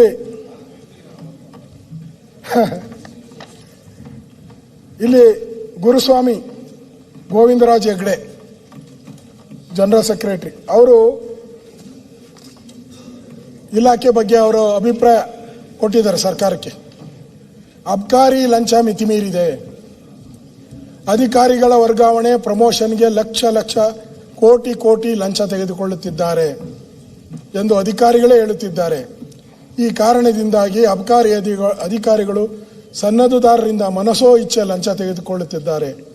ಅಧಿಕಾರಿಗಳು ಸನ್ನದ ಲಂಚ ತೆಗೆದುಕೊಳ್ಳುವುದನ್ನು, ಅದಕ್ಕಾಗಿ ಅಬ್ಕಾರಿ ಕಾಯ್ದೆಯನ್ನು ದುರುಪಯೋಗಪಡಿಸಿಕೊಳ್ಳುತ್ತಿರುವುದನ್ನು ದಿನಾಂಕ 25/10/24 ಪ್ರಕಟಣೆ ಸೇರಿದಂತೆ ಸಾವಿರಾರು ಸನ್ನದ ದೃಢೀಕರಿಸುತ್ತಾರೆ. ಅಬ್ಕಾರಿ ಅಧಿಕಾರಿಗಳ ಮಿತಿಮೀರಿದ ಲಂಚಕ್ಕಾಗಿ ಅಪಾಪಿಸುತ್ತಿರುವುದು ರಾಜ್ಯದಲ್ಲಿ ನಕಲಿ ಅಂತಾರಾಜ್ಯ ಮದ್ಯಗಳು ತುಂಬಾ ಹೆಚ್ಚಳವಾಗಿದೆ. ರಾಜ್ಯದ ಎನ್ಫೋರ್ಸ್ಮೆಂಟ್ ವಿಭಾಗ ಇದನ್ನು ನಿಗ್ರಹಿಸುವಲ್ಲಿ ಸಂಪೂರ್ಣ ವಿಫಲವಾಗಿದೆ. ಇವರು ಕೇವಲ ಸನ್ನದ್ದುದಾರರಿಗೆ ತೊಂದರೆ ಕೊಡುವುದರಲ್ಲಿ ನಿರತರಾಗಿದ್ದಾರೆ. ಇದರಿಂದ ರಾಜ್ಯದ ಅಬ್ಕಾರಿ ವರಮಾನ ಕುಂಠಿತ ಆಗಿದೆ. ಅಬ್ಕಾರಿ ಅಧಿಕಾರಿಗಳು ಎಷ್ಟು ಬಲಾಢ್ಯರಾಗಿದ್ದಾರೆ ಎಂದರೆ ನಾವು ಇಂದಿಗೂ ಮುಖ್ಯಮಂತ್ರಿಗಳನ್ನು ಭೇಟಿ ಮಾಡೋಕ್ಕೆ ಬಿಡ್ತಾ ಇಲ್ಲ. ಇದು ಯಾರು ಸರ್ಕಾರಕ್ಕೆ 40,000 ಕೋಟಿ ಆದಾಯವನ್ನು ತಂದುಕೊಡ್ತಕ್ಕಂಥ ಸೇಲ್ಸ್ ಮಾಡೋ ಅಂಥ ವೈನ್ ಸ್ಟೋರು ಅವ್ರು ಹೇಳಿರೋದು. ಇಲ್ಲಿ ಇದು ನಾನು ಪತ್ರಿಕೆ ಇವೆಲ್ಲ ಹೇಳ್ತಾ ಇರೋದು, ಇವೆಲ್ಲನೂ ಕೂಡ ಮಂತ್ರಿಗೂ ಹೋಗೈತೆ ದಾಖಲೆ, ಮುಖ್ಯಮಂತ್ರಿಗೂ ಹೋಗೈತೆ, ಲೋಕಾಯುಕ್ತಕ್ಕೆ ಹೋಗೈತೆ, ಗವರ್ನರ್. ನಾನು ಓದಿದ್ದು ಭಾಳ ಹಿಂದೆದು. ಇಷ್ಟಾದರೂ ಕೂಡ ಅವ್ರ ಮೇಲೆ ಯಾಕೆ ಕ್ರಮ ಇಲ್ಲ? ಈಗ ಬಂದು ಮಹದೇವಪ್ಪನವರೇ ನೀವು ಕಳ್ತನ ಮಾಡಿಬಿಟ್ರಿ, ಲೂಟಿ ಮಾಡಿಬಿಟ್ರಿ, ತಿಂದುಬಿಟ್ರಿ, 10,000 ಕೋಟಿ ನನ್ನ ಹತ್ರ ದಾಖಲೆ ಇದೆ ಅಂದರೆ ಬಿಡ್ತೀರಾ ಮಹದೇವಪ್ಪನವರೇ? ನೀವು 2-3 ಕಟ್ಟಿ ಹೊಡಿತೀರ. ಯಾಕೆ ಅವ್ರು ಹೊಡೆದಿಲ್ಲ ಇದುವರೆಗೂ ಅವ್ರನ್ನ? ಅದು ಅಫಿಷಿಯಲ್ಲು. ಇವ್ರು ಯಾರು ದಾರಿಗೆ ಹೋಗೋರಲ್ಲ, ಬೇನಾಮಿ ಅರ್ಜಿ ಅಲ್ಲ, ಇದು ಅಫಿಷಿಯಲ್. 4,000 ಏನೋ ಇದೆಯಲ್ಲ ಮಾಲೀಕರು, ಅವರೆಲ್ಲ ಸೇರಿ ಮಾಡ್ಕೊಂಡಿರೋ ರಿಜಿಸ್ಟರ್ಡ್ ಅಸೋಸಿಯೇಷನ್. ಇವರು ಆಪಾದನೆ ಮಾಡಿದ್ದಾರೆ. ಇದು ಇಲ್ಲಿ ಅದಕ್ಕೆ ಏನು ಬೆಲೆ ಇಲ್ದಂಗೆ ಮಾಡಿದ್ದೀರಾ ಇವತ್ತು? ಇದರಲ್ಲಿ ಅವ್ರು ಹೇಳಿದ್ದಾರೆ ಪ್ರಮೋಷನ್ಗೆ ಲಕ್ಷ ಲಕ್ಷ ತಗೊತಾ ಇದ್ದೀರಾ ಅಂತ ಹೇಳಿದ್ದಾರೆ ಈಗಾಗಲೇ. ಇಲ್ಲಿ ಅಬ್ಕಾರಿ ಇನ್ನು ನೋಡಿ ಎಲ್ಲ ಅಬ್ಕಾರಿ ಇದು ಮಂತ್ರಿಗಳೇನೋ ವಿರೋಧ ಪಕ್ಷದ ನಾಯಕರು, ವಿರೋಧ ಪಕ್ಷದವರೆಲ್ಲ ನನ್ನ ಮೇಲೆ ಆಪಾದನೆ ಮಾಡ್ತಾ ಇದ್ದಾರೆ ಅಂತ. ಆಪಾದನೆ ಮಾಡ್ತಾ ಇರೋರು ಇವತ್ತು ಅಧಿವೇಶನದಲ್ಲಿ ವಿರೋಧ ಪಕ್ಷದ ನಾಯಕರು. ಇದಕ್ಕೆ ಮುಂಚೆ ಆಪಾದನೆ ಮಾಡಿದವರು ನಿಮ್ಮ ಸಂಘದವರು, ಅಸೋಸಿಯೇಷನ್ ಅವರು. ಅದಾದ್ಮೇಲೆ ಎಲ್ಲ ಪತ್ರಿಕೆ ಜಗತ್ ಜಾಹೀರಾತ. ಇದು ನೋಡಾದ್ರೂ ಎಚ್ಚರ ಮಾಡಬೇಕಾಯ್ತಲ್ಲ ನೀವು. ಅಬ್ಕಾರಿ ಕರೆಕ್ಟ್, ಷಡ್ಯಂತ್ರ ಕರೆಕ್ಟಾಗಿ ಹೇಳಿದೆ. ಅವ್ರು ಹೇಳವ್ರೆ ನಾನು ಸುತ್ತು ಇರೋರೆ ಮಾಡ್ತಾ ಇರೋದು ಅಂತ, ನಮ್ಮೋರೆ ಅಂತ ಹೇಳೋರು. ಅಧಿಕಾರಿಗಳಲ್ಲ, ನಮ್ಮೋರೆ ಅಂದರೆ ಬೇರೆ. ಅಧಿಕಾರಿಗಳ ವರ್ಗಾವಣೆ ದಂಧೆಗಿಲ್ಲ ಬ್ರೇಕ್. ಕಾಸು ಕೊಟ್ಟ ಅಧಿಕಾರಿಗೆ ಎರಡೆರಡು ಹುದ್ದೆ. ಒಂದು ರೆಗ್ಯುಲರ್ ಚಾರ್ಜು, ಅವನು 1 ಕೋಟಿ ಕೊಟ್ಟರೆ ರೆಗ್ಯುಲರ್ ಚಾರ್ಜು, 1 ಕೋಟಿ ಕೊಟ್ಟರೆ ಅಡಿಷನಲ್ ಚಾರ್ಜು. ಒಬ್ಬೊಬ್ಬರಿಗೆ ಎರಡೆರಡು ಇನ್ಚಾರ್ಜ್ ಕೊಟ್ಟವ್ರು. ಕಟ್ಟಿನ ಜಾಗ ಎಲ್ಲ ಒಳ್ಳೆ ಕವರೋ ಜಾಗಗಳೆಲ್ಲ ಚಂದ. JCB ಇಟಾಚಿ ಹೆಂಗೆ ಕವರ್ತಾವೋ ಹಂಗೆ ಕವರೋ ಜಾಗಗಳು ಇವೆಲ್ಲ ಅದರಲ್ಲಿ ಇಲ್ಲ. ಇದಾದ ಮೇಲೆ CS ಅವ್ರ ಜೊತೆ ಕರೆದು ಮಾತಾಡ್ತಾರೆ, ಸ್ಟ್ರೈಕ್ ಮಾಡ್ತೀನಿ ಅಂದಾಗ. ಅದಾದ್ಮೇಲೂ ಕೂಡ ಅತೀಕ್ ಅವ್ರದ್ದು ಆರ್ಥಿಕ ಇಲಾಖೆ ಅವ್ರದ್ದು ಅವಾಗ ಇಲ್ಲ. ಇಲ್ಲಿ ಅವರ ಅಬ್ಕಾರಿ ವರ್ಗಾವಣೆ ದಂಧೆಗಿಲ್ಲ ಬ್ರೇಕು, ಇದೆಲ್ಲ ಆಯಿತು. ಇಷ್ಟಾದ ಮೇಲೂ ಕೂಡ ನಾನು ಹೇಳುವಂಥದ್ದು, ಇಲ್ಲಿ ಇದಾದ್ಮೇಲೆ ನನಗೂ ಒಂದು ಮೇಲ್ ಕಳಿಸ್ತಾರೆ, ಗವರ್ನರ್ಗೂ ಎಲ್ಲರಿಗೂ ಒಂದೊಂದು ಮೇಲ್ ಓದ್ತತೆ. ಅದರಲ್ಲಿ ಅವನು ಬರೆದಿರೋದು DC-ಗಳಿಗೆ 2 ಕೋಟಿ ಕೊಡಬೇಕು, superintendent 25 lakh, deputy superintendent 30 lakh, excise inspector 40 lakh ಕೊಡಬೇಕು ಅಂತ ನನಗೆ ಕೊಟ್ಟಿರೋದು ಇದೆ. ಅದನ್ನು ರಾಜ್ಪಾಲರಿಗೂ ಕೊಟ್ಟಿದ್ದಾರೆ. ಇಲ್ಲಿ ರಾಜ್ಪಾಲರಿಗೂ ಅಫಿಷಿಯಲ್ ಕಂಪ್ಲೇಂಟ್ ಇದೆಲ್ಲ. ಯಾವನೋ ದಾರಿಗೆ ಹೋಗೋನು ಬೇನಾಮಿ ಕೊಟ್ಟರೆ ಅವನ ಮೇಲೆ ಏನು ಆಕ್ಷನ್ ಮಾಡೋಕ್ಕಾಗಲ್ಲ. ಬೇನಾಮಿ ಅಲ್ಲ, ಅಫಿಷಿಯಲ್ ಆಗಿ ಲೆಟ್ರ್ ಕೊಟ್ಟಿದ್ದಾರೆ, ಮೇಲ್ ಮಾಡಿದ್ದಾರೆ. ಇಷ್ಟಾದರೂ ಕೂಡ, ಇಷ್ಟೆಲ್ಲ ಆಪಾದನೆ ಬಂದರೂ ಕೂಡ ಮಂತ್ರಿಗಳು ಇದುವರೆಗೂ ಒಂದು ರಿಯಾಕ್ಷನ್ ಇಲ್ಲ, ಅದ್ರ ಬಗ್ಗೆ ಒಂದು ರಿಯಾಕ್ಷನ್ ಇಲ್ಲ. ಈಗ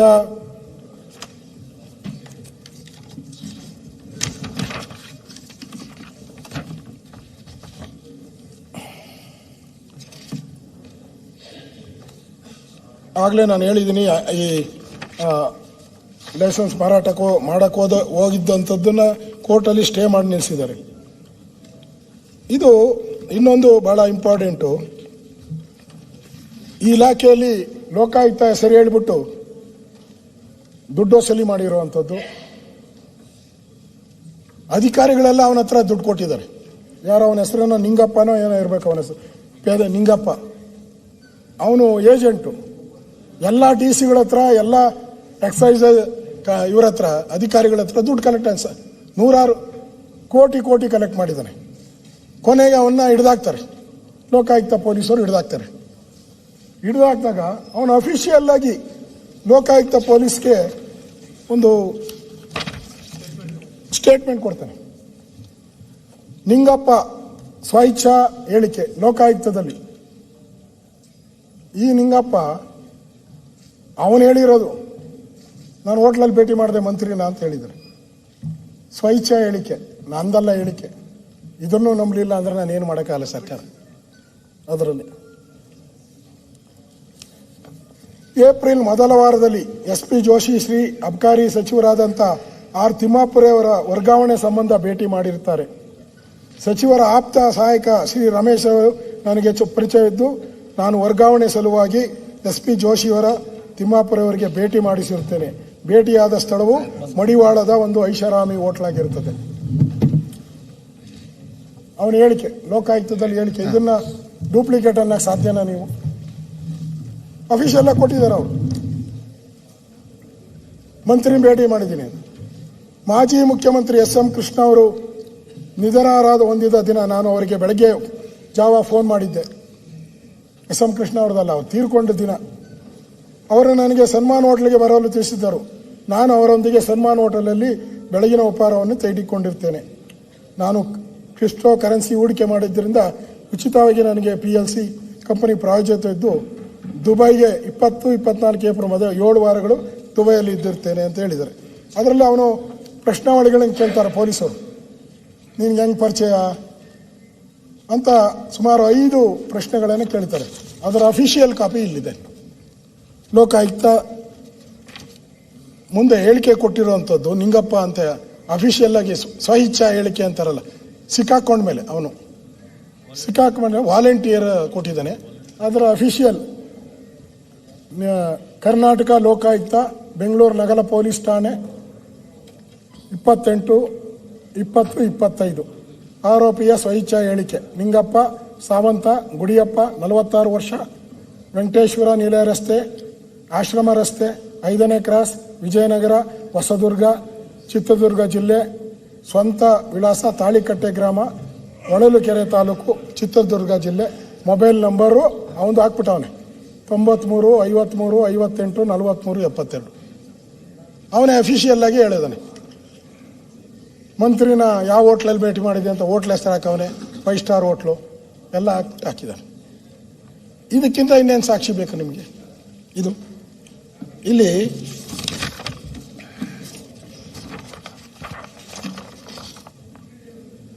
ನೆನ್ನೇನು ಮುಖ್ಯಮಂತ್ರಿಗಳು, ಮಾದೇವಪ್ಪನವರೇ, ನೆನ್ನೆ ಮುಖ್ಯಮಂತ್ರಿಗಳು ಎಡಿಟೋರಿಯಲ್ಗಳು ಓದಿದ್ರು. ತಾವು ಇದ್ರಲ್ಲ, ಎಡಿಟೋರಿಯಲ್ ಅಂದರೆ ಎಡಿಟೋರಿಯಲ್ ಸತ್ಯ ಅಂತ ಮುಖ್ಯಮಂತ್ರಿಗಳು ಹೇಳಿದ್ರು. ಎಡಿಟೋರಿಯಲ್ಗಳೆಲ್ಲ ಸತ್ಯ, ಜನಾಭಿಪ್ರಾಯ, ಜನಾಭಿಪ್ರಾಯ, ಎಡಿಟೋರಿಯಲ್ಗಳು ಜನಾಭಿಪ್ರಾಯ. ಈಗ ಬೆಳಗ್ಗೆನೂ ಹೇಳಿದ್ರು ಎಡಿಟೋರಿಯಲ್ ಓದ್ತೀನಿ. ನಾನು ಹೇಳೋದು, ನಾನು ಪೆನ್ ಡ್ರೈವ್ ಕೊಟ್ಟೆ, ವಾಯ್ಸು ಸರಿ ಇಲ್ಲ, ಅವರೇ ಹೇಳ್ಬಿಟ್ಟವ್ರೆ. ಅವನು ವಾಯ್ಸು ನಾನು ಹೇಳೇ ಇಲ್ಲ ಅಂತ ಅವನೇ ಸ್ಟೇಟ್ಮೆಂಟ್ ಕೊಟ್ಟವನೇ ಅಂತ ಚೆಕ್ ಮಾಡಕ್ಕೆ ಹೋಗಿಲ್ಲ ಮಂತ್ರಿ, ಯಾಕೆಂದ್ರೆ ಇನ್ವಾಲ್ವ್ಮೆಂಟು. ಆಮೇಲೆ ಇಲಾಖೆಯವರು ಅಫಿಷಿಯಲ್ ಆಗಿ ಲೆಟರ್ ಬರೆದು ಇಷ್ಟು ಕೋಟಿ ಲೂಟಿ ಮಾಡ್ತಾ ಇದ್ದಾರೆ, ಯಾವ್ಯಾವ ಕೇರ್ ರೇಟು ಅಂತ ಅವರೇ ಹೇಳ್ಬಿಟ್ಟಿದ್ದಾರೆ. ಅದಕ್ಕೂ ರಿಯಾಕ್ಷನ್ ಇಲ್ಲ. ಇಬ್ಬರು ಸಾಕ್ಷಿ ಅಲ್ಲ ಅಂದ್ರು. ಇದು ಸಾಕ್ಷಿ ಅಲ್ಲ, ಕಂಪ್ಲೇಂಟ್ ಕೊಟ್ಟಿರೋದು ಸಾಕ್ಷಿ ಅಲ್ಲ, ಅವನ ಯಾರ ಸ್ವಇಚ್ಛೆ ಹೇಳಿಕೆ ಕೊಟ್ಟವ್ರೆ ಅದನ್ನೂ ಸಾಕ್ಷಿ ಅಲ್ಲ. 3 ಸಾಕ್ಷಿ ಆಯ್ತು ಅಲ್ಲಿಗೆ. ನಾನು ಕೊಟ್ಟಿದ್ದು 3 ಸಾಕ್ಷಿ. ಈಶ್ವರಪ್ಪನಿಗೆ ಒಂದೇ ಸಾಕ್ಷಿ, ಒಂದೇ ಸಾಕ್ಷಿಗೆ ಈಶ್ವರಪ್ಪನ ಗೆಟ್ ಔಟ್ ಅಂದ್ಬಿಟ್ರು ಕಾಂಗ್ರೆಸ್ ಅವರು. ಇಲ್ಲಿ ಈಗ ನಾನು 3 ಸಾಕ್ಷಿ ಕೊಟ್ಟಿದ್ದೀನಿ. ಎಡಿಟೋರಿಯಲ್ ಹೇಳ್ದಂಗೆ ಜ್ಞಾನೇಂದ್ರ ಹೇಳ್ತಾ ಇದ್ದ, ಅಶ್ವತ್ಥನಾರಾಯಣ, ಇದೊಂದು ಜನಾಭಿಪ್ರಾಯ. ಅವ್ರಿಗಾದ್ರೂ ಮರ್ಯಾದೆ ಕೊಡ್ತೀರಾ? ಪ್ರಜಾವಾಣಿ ಅವ್ರು ಇಷ್ಟಪಡೋ ಪತ್ರಿಕೆ, ಎಲ್ಲರೂ ಇಷ್ಟಪಡೋ ಪತ್ರಿಕೆ, ಇದಕ್ಕಾದ್ರೂ ಒಂದು ಗೌರವ ಕೊಡ್ತೀರಾ? ಏನು ಹೇಳಿದೆ ಹೇಳ ಮಾದೇವಪ್ಪನವ್ರೆ?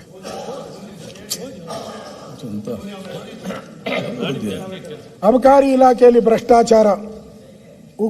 ಅವರು ಯಾವಾಗೂ ಎಡಿಟ್ರು ಸ್ವಲ್ಪ ಅಂದರೆ ಭಾಷೆ ನಮ್ಮ ಥರ ಇರಲ್ಲ, ಅವರು ಭಾಳ ಹುಷಾರಾಗಿ ಒಂದು ಕಲ್ಲು ಹಿಂಗೆ ಹೊಡೆದ್ರೆ 16 ಕಡೆ ಹೋಗಿ ಬೀಳ್ಬೇಕದು. ಹಿಂದೆ ಬಾಣ ಬಿಡ್ತಾ ಇದ್ದಂತೆ ಯಾರು, ಇವನು ಅರ್ಜುನ ಬಾಣ ಬಿಡ್ತಾರೆ. ಒಂದು ಬಾಣ ಬಿಟ್ಟರೆ ಅದು 100 ಬಾಣ ಆಗಿ ಹೊರಟೋಗ್ಬಿಡೋದು.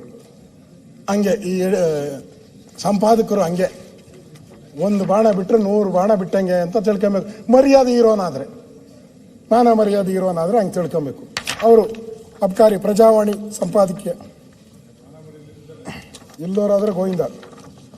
ರಾಜ್ಯದ ಅಬಕಾರಿ ಇಲಾಖೆಯಲ್ಲಿ ಭ್ರಷ್ಟಾಚಾರ ನಡೆದಿದೆ ಎಂಬ ಆರೋಪಗಳನ್ನು ರಾಜ್ಯ ಸರ್ಕಾರ ನಿರಾಕರಿಸುವುದನ್ನು ಒಪ್ಪುವಂಥದ್ದಲ್ಲ. ವಿರೋಧ ಪಕ್ಷದ ನಾಯಕರು ಹೇಳಿಲ್ಲ, ನಾನು ಹೇಳಿಲ್ಲ. ನಾನು ಹೇಳಿದ್ರೆ ಸುಮ್ಮನೆ ಆಪಾದನೆ ಮಾಡ್ತೀರಾ ಅಂತ. ಅವರು ಒಪ್ಪುವಂಥದ್ದಲ್ಲ.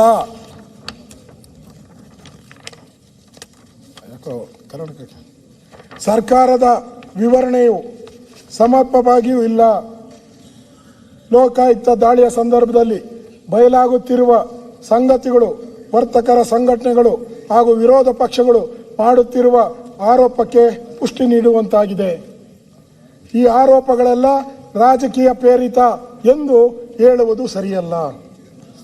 ಕೊನೆಗೆ ಹೇಳ್ತಾರೆ ಅವರು, ರಾಜಕೀಯ ಪ್ರೇರಿತ ಇದು ಅಂತ. ಅದಕ್ಕೆ ನಾನಲ್ಲ, ಪತ್ರಿಕೆಯರು ಹೇಳ್ಬಿಟ್ರು ಇದು ರಾಜಕೀಯ ಪ್ರೇರಿತ ಅಲ್ಲ. ಮದ್ಯ ಮಾರಾಟ ಸನ್ನದು ಪಡೆಯಲು ಹಾಗೂ ಅಂಗಡಿ ನಡೆಸಲು 6,000 ಕೋಟಿ ಲಂಚ ನೀಡಲಾಗಿದೆ.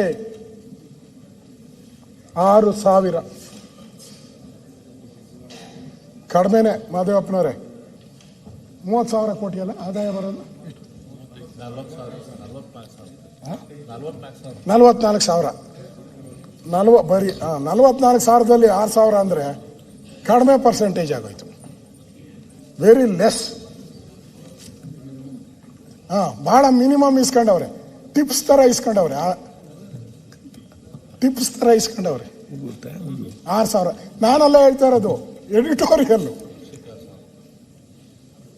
6,000 ಕೋಟಿ ಎಂದು ಕರ್ನಾಟಕ ರಾಜ್ಯ ಮದ್ಯ ಮಾರಾಟಗಾರರು ಸಂಘ ಆರೋಪಿಸಿದೆ. ಮದ್ಯದ ಬಳಕೆಯ ಮೇಲೆ ಮಿತಿ ಹೇರುವ ಉದ್ದೇಶದಿಂದ ಹೊಸ ಮದ್ಯದ ಅಂಗಡಿಗಳಿಗೆ ಮತ್ತು ಬಾರ್ ಅಂಡ್ ರೆಸ್ಟೋರೆಂಟ್ಗಳಿಗೆ ಆರಂಭಕ್ಕೆ ಪರವಾನಗಿ CL9 ನೀಡುವುದನ್ನು ತಡೆ ಹಿಡಿದು 33 ವರ್ಷ ಹಳೆಯದಾದ ತೀರ್ಮಾನವು ಈ ಪರಿಸ್ಥಿತಿಗೆ ಮೂಲ ಕಾರಣ. ಹೊಸದಾಗಿ ಪರವಾನಗಿ ನೀಡುವುದಕ್ಕೆ ಈಗ ಜಾರಿಗೊಳಿಸಿರುವ ನಿರ್ಬಂಧ ಈಗ ಅರ್ಥ ಕಳೆದುಕೊಂಡಿದೆ. ಮತ್ತೆ ಪರವಾನಗಿ ಸಿಗುತ್ತಿಲ್ಲವಾದ ಕಾರಣದಿಂದ ಉದ್ಯಮಿಗಳು ಅನಿವಾರ್ಯವಾಗಿ CL7 ಪರವಾನಗಿ ಅರ್ಜಿ ಸಲ್ಲಿಸುತ್ತಿದ್ದಾರೆ. ಈ ಪ್ರಕ್ರಿಯೆ ಪ್ರತಿ ಹಂತದಲ್ಲೂ ದೊಡ್ಡ ಮೊತ್ತದ ಲಂಚ ಬೇಕಾಗುತ್ತದೆ ಎಂದು ಆರೋಪ ಇದೆ. ಹಿರಿಯ ಅಧಿಕಾರಿಯೊಬ್ಬರು CL7 ಪರವಾನಗಿ ನೀಡಲು ಲಂಚ ಪಡೆಯುತ್ತಿದ್ದಾಗ ಆರೋಪದ ಅಡಿಯಲ್ಲಿ ಈಚೆಗೆ ಬಂಧನಕ್ಕೆ ಒಳಗಾಗಿರುವುದು ವ್ಯವಸ್ಥೆಯಲ್ಲಿ ಕೊಳಕಿನ ಉದಾಹರಣೆಯಂತಿದೆ. ವ್ಯವಸ್ಥೆಯಲ್ಲಿ ಕೊಳಕು ಕಚಡ ಉದಾಹರಣೆಯಂತಿದೆ. ಇಷ್ಟೇ ಸಕಾರಾತ್ಮಕವಾಗಿ ಇರುವುದು ವರ್ಗಾವಣೆ ದಂಧೆ. ಇಲ್ಲಿ ಆಕರ್ಷಕ ಹುದ್ದೆಗಳನ್ನು ಖರೀದಿಸುವ ಮಾರಾಟ ಮಾಡುವ ಕೆಲಸ ನಡೆಯುತ್ತಿದೆ ಎಂಬ ಆರೋಪ ಇದೆ. ಇಂತಹ ಹುದ್ದೆಗಳಿಗೆ ಬರಲು ಪಾವತಿ ಇಂಗ್ಲಿಷ್ ಆಗೇನಪ್ಪ ಪೇಮೆಂಟ್ ಮಾಡಿದ ಅಧಿಕಾರಿಗಳಿಗೆ ತಮ್ಮ ಪಾವತಿಯನ್ನು ಮರಳಿ ಪಡೆಯುವ ಉದ್ದೇಶದಿಂದ ವರ್ತಕರನ್ನು ಬೆದರಿಸಲು ಹಾಗೂ ಅವರಿಂದ ಲಂಚ ಕೀಳಲು ಅಬಕಾರಿ ಕಾಯ್ದೆ ಅಂಶಗಳನ್ನು ದುರ್ಬಳಕೆ ಮಾಡಿಕೊಳ್ಳಲು ಅವಕಾಶ ನೀಡಲಾಗಿದೆ. ಇದು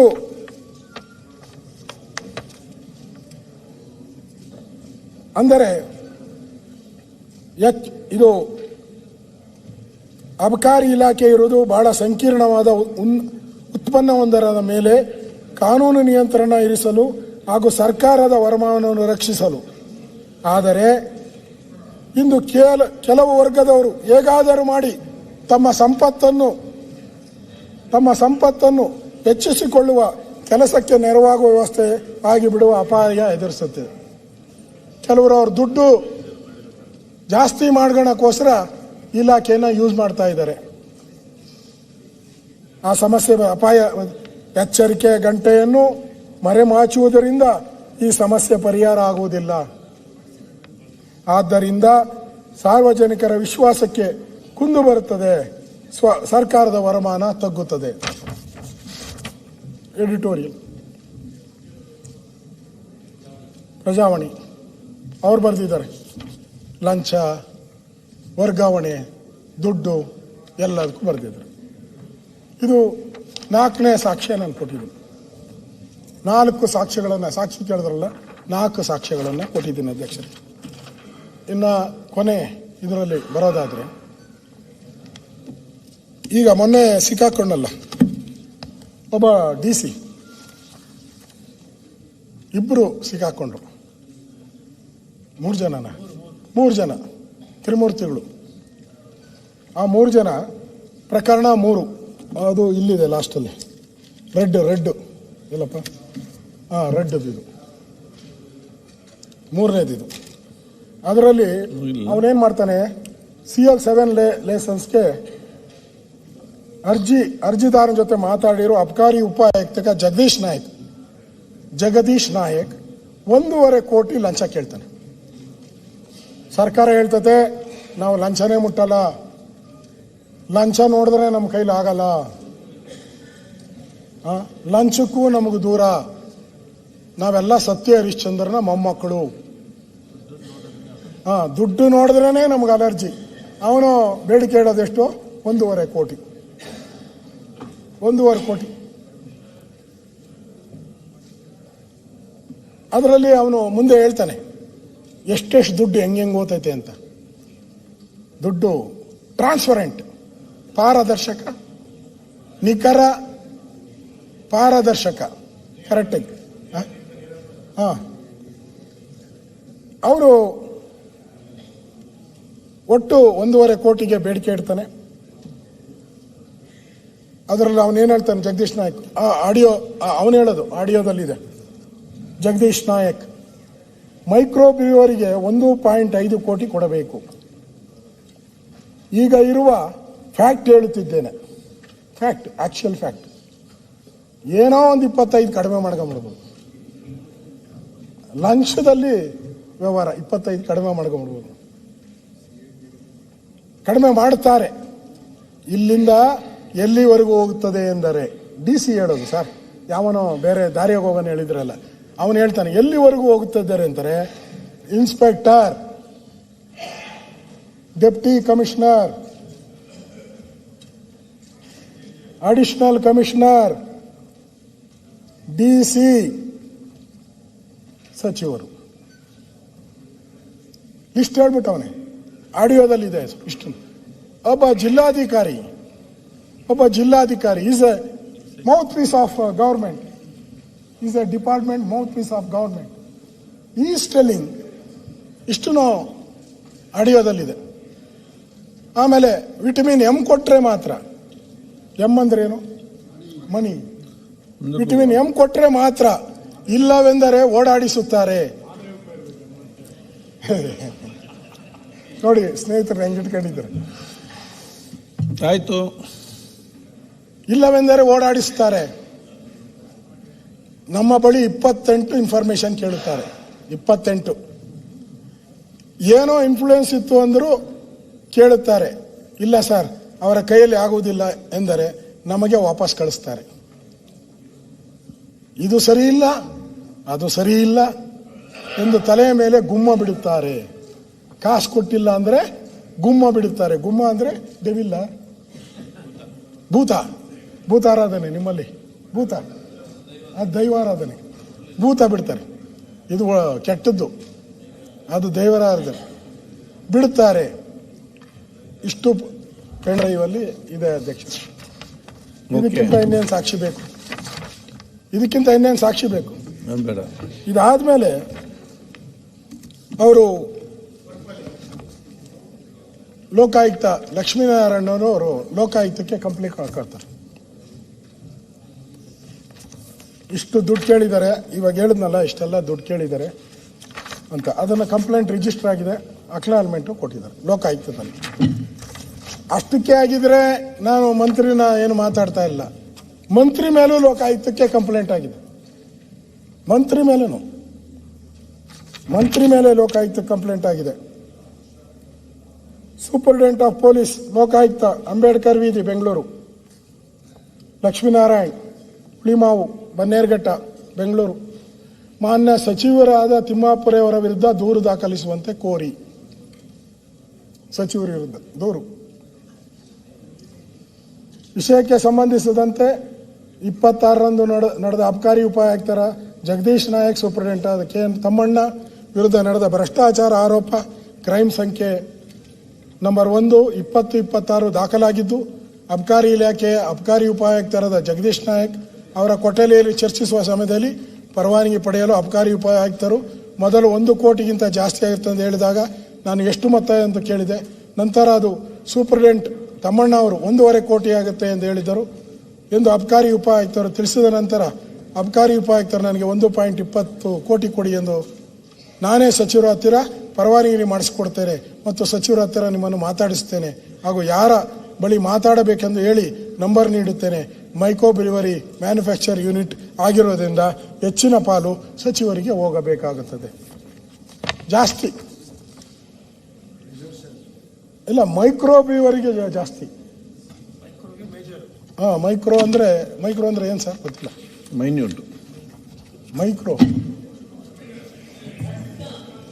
ಅಲ್ಲೇ ತಯಾರು ಮಾಡಿ ಅಲ್ಲೇ ಕೊಡುತ್ತಾನಲ್ಲ. ಇದು ಹಂಗಲ್ಲ ಅಧ್ಯಕ್ಷರೇ, ಹಿಂಗೆ ಹಾಕ್ಬಿಟ್ರೆ ಕಾಫಿ ಬರಲ್ವಾ?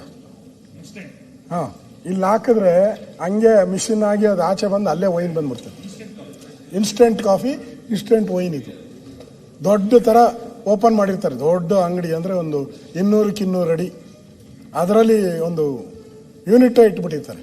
ಅಲ್ಲೇ ಹಾಕಿ ಹಂಗೆ ತಯಾರು ಮಾಡಿ ಹಂಗೆ ಆಚೆ ಬಂದು ರಾ ಕುಡಿಯೋದು. ಅದೇ ಅಲ್ಲನಪ್ಪ? ಅದೇನಾ ಹೇಳ್ತಾ ಇದ್ದೆ. ಆದರೆ ಅದೇ ಇದು ವಿರೋಧ ಪಕ್ಷ ಅದಕ್ಕೆ ಅಶೋಕಣ್ಣ ಒಂದ್ ನಿಮಿಷ ತಿರ್ಗಾ ಮರಿಗೆ ಹೌದಲ್ಲ ಅಂತ ಕೇಳಕತ್ತಿಯಲ್ಲ, ಯಾರನ್ನ ಬದ್ನಾಮ ಮಾಡ್ಬೇಕಂತ ನೀನು? ಯಾರ ತಲೆ ಒಳಗೆ ಯಾರನ್ನ ಇಟ್ಕೊಂಡು ಈಗ ಹಿಂದೆ ತಿರುಗಿ ಹೌದಲ್ಲ ಅಂತ ಅವ್ರನ್ನ ಕನ್ಫರ್ಮ್ ಮಾಡ್ಸಕತ್ತಿಯಲ್ಲ. ಒಂದು ಎರಡನೇದು, ಇವತ್ತು ಮಾತ್ರ ನಾನು ಮೆಚ್ಚಿದೆ. ಇವ್ರದ್ದು ಸೀಟ್ ಅಭದ್ರ ಮಾಡಕ್ ಪ್ರಯತ್ನ ಮಾಡಕತ್ತಿದೋ, ನಿನ್ನ ಸೀಟ್ ಭದ್ರ ಮಾಡ್ಕೊಳಕ್ ಪ್ರಯತ್ನ ಮಾಡಕತ್ತಿದ? ಏನೋ ಅಶೋಕಣ್ಣ, ಲಕ್ಷ್ಮಣ ರಾಮನ್ ಪರವಾಗಿರ್ತಾನೆ ಅಂತ ತಿಳ್ಕೊಂಡಿದ್ದೆ ನಾನು. ಯಾಕೋ ನನ್ನ ಪರವಾಗಿಲ್ಲ ಲಕ್ಷ್ಮಣ. ನೀ ರಾಮ ಅಲ್ಲ, ಪರವಾಗಿಲ್ಲ. ನೀ ರಾಮ ಅಲ್ಲ, ಅದಕ್ಕೆ ನೀವು ಪರವಾಗಿಲ್ಲ. ರಾಮ ಲಕ್ಷ್ಮಣ ತರ ಇದ್ರಪ್ಪ ಪಾರ್ಟಿಯಲ್ಲಿ ಇದ್ದಾಗ, ಈಗ ಬೇರೆ ಔಟಿದೆಯಾ? ಪರವಾಗಿಲ್ಲ ಅಧ್ಯಕ್ಷರೇ. ಅಲ್ಲ, ನಾನು ರಾಮ ಆಗಕ್ಕಾಗಲ್ಲ, ಅವ್ರು ಲಕ್ಷ್ಮಣ ಆಗಕ್ಕಾಗಲ್ಲ, ಆಗಲ್ಲ. ಗಾದೆ ಮಾತು ಹೇಳ್ತಾರೆ, ಗಾದೆ ಮಾತು. ಏನಪ್ಪ ಅಕ್ಕ ಬುಕ್ಕರ ತರ ಇದ್ದೀರಾ ಅಂತಾರೆ, ಏನೋ ರಾಮ ಲಕ್ಷ್ಮಣನ್ ತರ ಇದ್ದೀರಿ ಅಂತ ಹೇಳ್ತಾರೆ. ಗಾದೆ ಮಾತಷ್ಟೇ.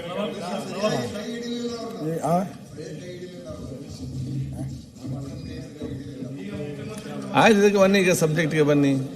ಟೈಮ್ ಅಂತ ಬಂದು ಆಯ್ತು. ಎಷ್ಟೊತ್ತು ಬೇಕು? ಅಧ್ಯಕ್ಷರೇ, ಆಗೋಯ್ತು, ಮುಗಿದೋಯ್ತು. ಅದರಿಂದ ಇಲ್ಲಿ ಈ ಬ್ರೂವರಿಗೆ, ಮೈಕ್ರೋ ಬ್ರೂವರಿಗೆ ಹೆಚ್ಚಿನ ಪಾಲು ಸಚಿವರಿಗೆ ಹೋಗ್ಬೇಕು. ಎಲ್ಲ ಲೋಕಾಯುಕ್ತ ಕಂಪ್ಲೇಂಟ್ ಅಲ್ಲಾಗಿದೆ. ಇಷ್ಟಾದ ಮೇಲೆ ನಾನು ಹೇಳೋದು 5 ದಾಖಲೆಗಳು ಕೊಟ್ಟಿದ್ದೀನಿ. ಇದಕ್ಕೆ ಎಡಿಟೋರಿಯಲ್ ಇರ್ಬೋದು, ಪೆನ್ ಡ್ರೈವ್ ಇರ್ಬೋದು, ಲೋಕಾಯುಕ್ತ ಕಂಪ್ಲೇಂಟ್ ಇರ್ಬೋದು, ವೈನರ್ ಅಸೋಸಿಯೇಷನ್ ಮಾಡಿರೋ ಕಂಪ್ಲೇಂಟ್ ಇರ್ಬೋದು. ಇಷ್ಟೆಲ್ಲ ಆದ್ರೂ ಕೂಡ ಸಚಿವರಿಗೆ ಏನು ಅನ್ಸೇ ಇಲ್ಲ, ಏನು ಅನ್ಸೇ ಇಲ್ಲ.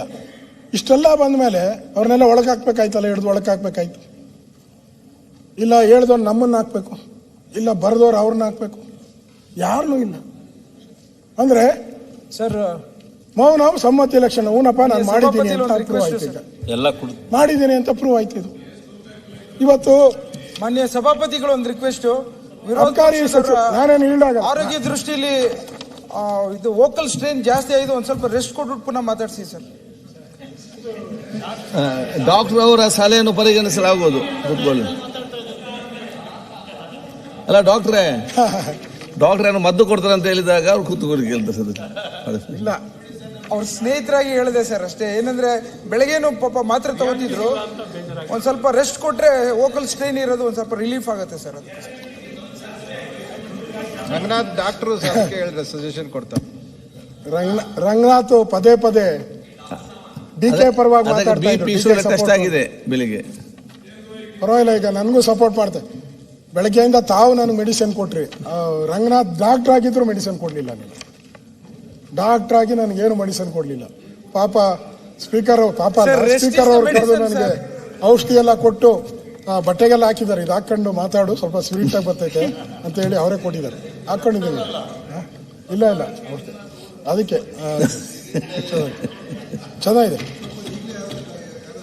ಹೆಲ್ತ್ ಮಿನಿಸ್ಟರ್ ರೆಡಿ ಆದ್ರು ನೋಡಿ. ಅವರು ಇಲ್ಲ, ಅವ್ರು ಮಾಡ್ಬಿಟ್ಟಿದ್ದಾರೆ. You are too late. ನಾಳೆ ರೆಡಿ ಆಗ್ಬೇಕು ನೀವು. You are too late. ನಾಳೆಗೆ ರೆಡಿ ಆಗಿ. You are too late. Unani Karnataka ಸರ್ಕಾರ ಆರೋಗ್ಯ ಇಲಾಖೆ ಯಾವಾಗಲೂ ಲೇಟೇ ಅಲ್ಲ ಸರ್. ಯುನಾನಿ ಕೊಟ್ಟಿರೋದು. ಆಯ್ತು, ಅದಕ್ಕೆ ಮಾತಾಡ್ತಾ ಇದ್ದೀನಿ. ಇಲ್ಲಾಂದ್ರೆ ಮಾತಾಡಕ್ಕೆ ಶಕ್ತಿ ಇರಲಿಲ್ಲ. ಔಷಧಿಗಳು ಆದಷ್ಟು ಬೇಗ ಮುಗಿಸಿ ಅಂತ ಹೇಳಲಿಕ್ಕೆ ಔಷಧಿ ಕೊಟ್ಟಿದ್ದೆ. ಅದಕ್ಕೆ ಹಂಗಾರೆ ಏನೋ ಹಾಕಿದ್ದೀರಾ ಅದರಲ್ಲಿ? ಮುಗಿಸೋ ಅಂತದ್ದು ಏನೋ ಹಾಕಿದ್ದೀರಾ?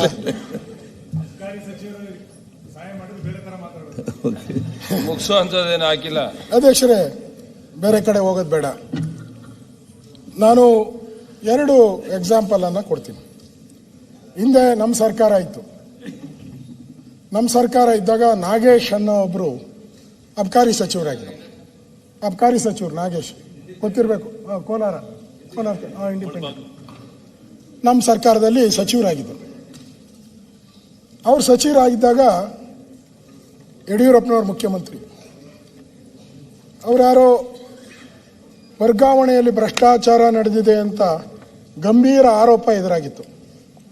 ತಮಗೆ ಆಪ್ತರಾಗಿದ್ದ ಮಂಜುನಾಥ್ ಮತ್ತು ಹರ್ಷ ಎಂಬ ಮಧ್ಯವರ್ತಿಗಳ ಮೂಲಕ ಇಲಾಖೆ ಅಧಿಕಾರಿಗಳಿಂದ ಹಣ ಪಡೆದು ಅವರು ಕೇಳಿದ ಜಾಗಕ್ಕೆ ವರ್ಗಾವಣೆ ಮಾಡಿಕೊಡಲಾಗುತ್ತದೆ ಎಂದು ಆರೋಪಿಸಲಾಗಿತ್ತು. ಹೊಸಪೇಟೆಯಲ್ಲಿ ಕರ್ತವ್ಯದಲ್ಲಿದ್ದ ಜಂಟಿ ಆಯುಕ್ತ ಮೋಹನ್ ಕುಮಾರ್ ಎಂಬುವರು ಬೆಂಗಳೂರು ವಿಭಾಗದಲ್ಲಿ ಖಾಲಿ ಇದ್ದ ಹುದ್ದೆಗೆ ವರ್ಗಾಯಿಸಿಕೊಡುವಂತೆ ಸಚಿವರನ್ನು ಸಂಪರ್ಕಿಸಿದ್ದರು. ಅದಕ್ಕೆ 1 ಕೋಟಿ ಲಂಚ ಬೇಡಿಕೆ ಇಟ್ಟಿದ್ದರು.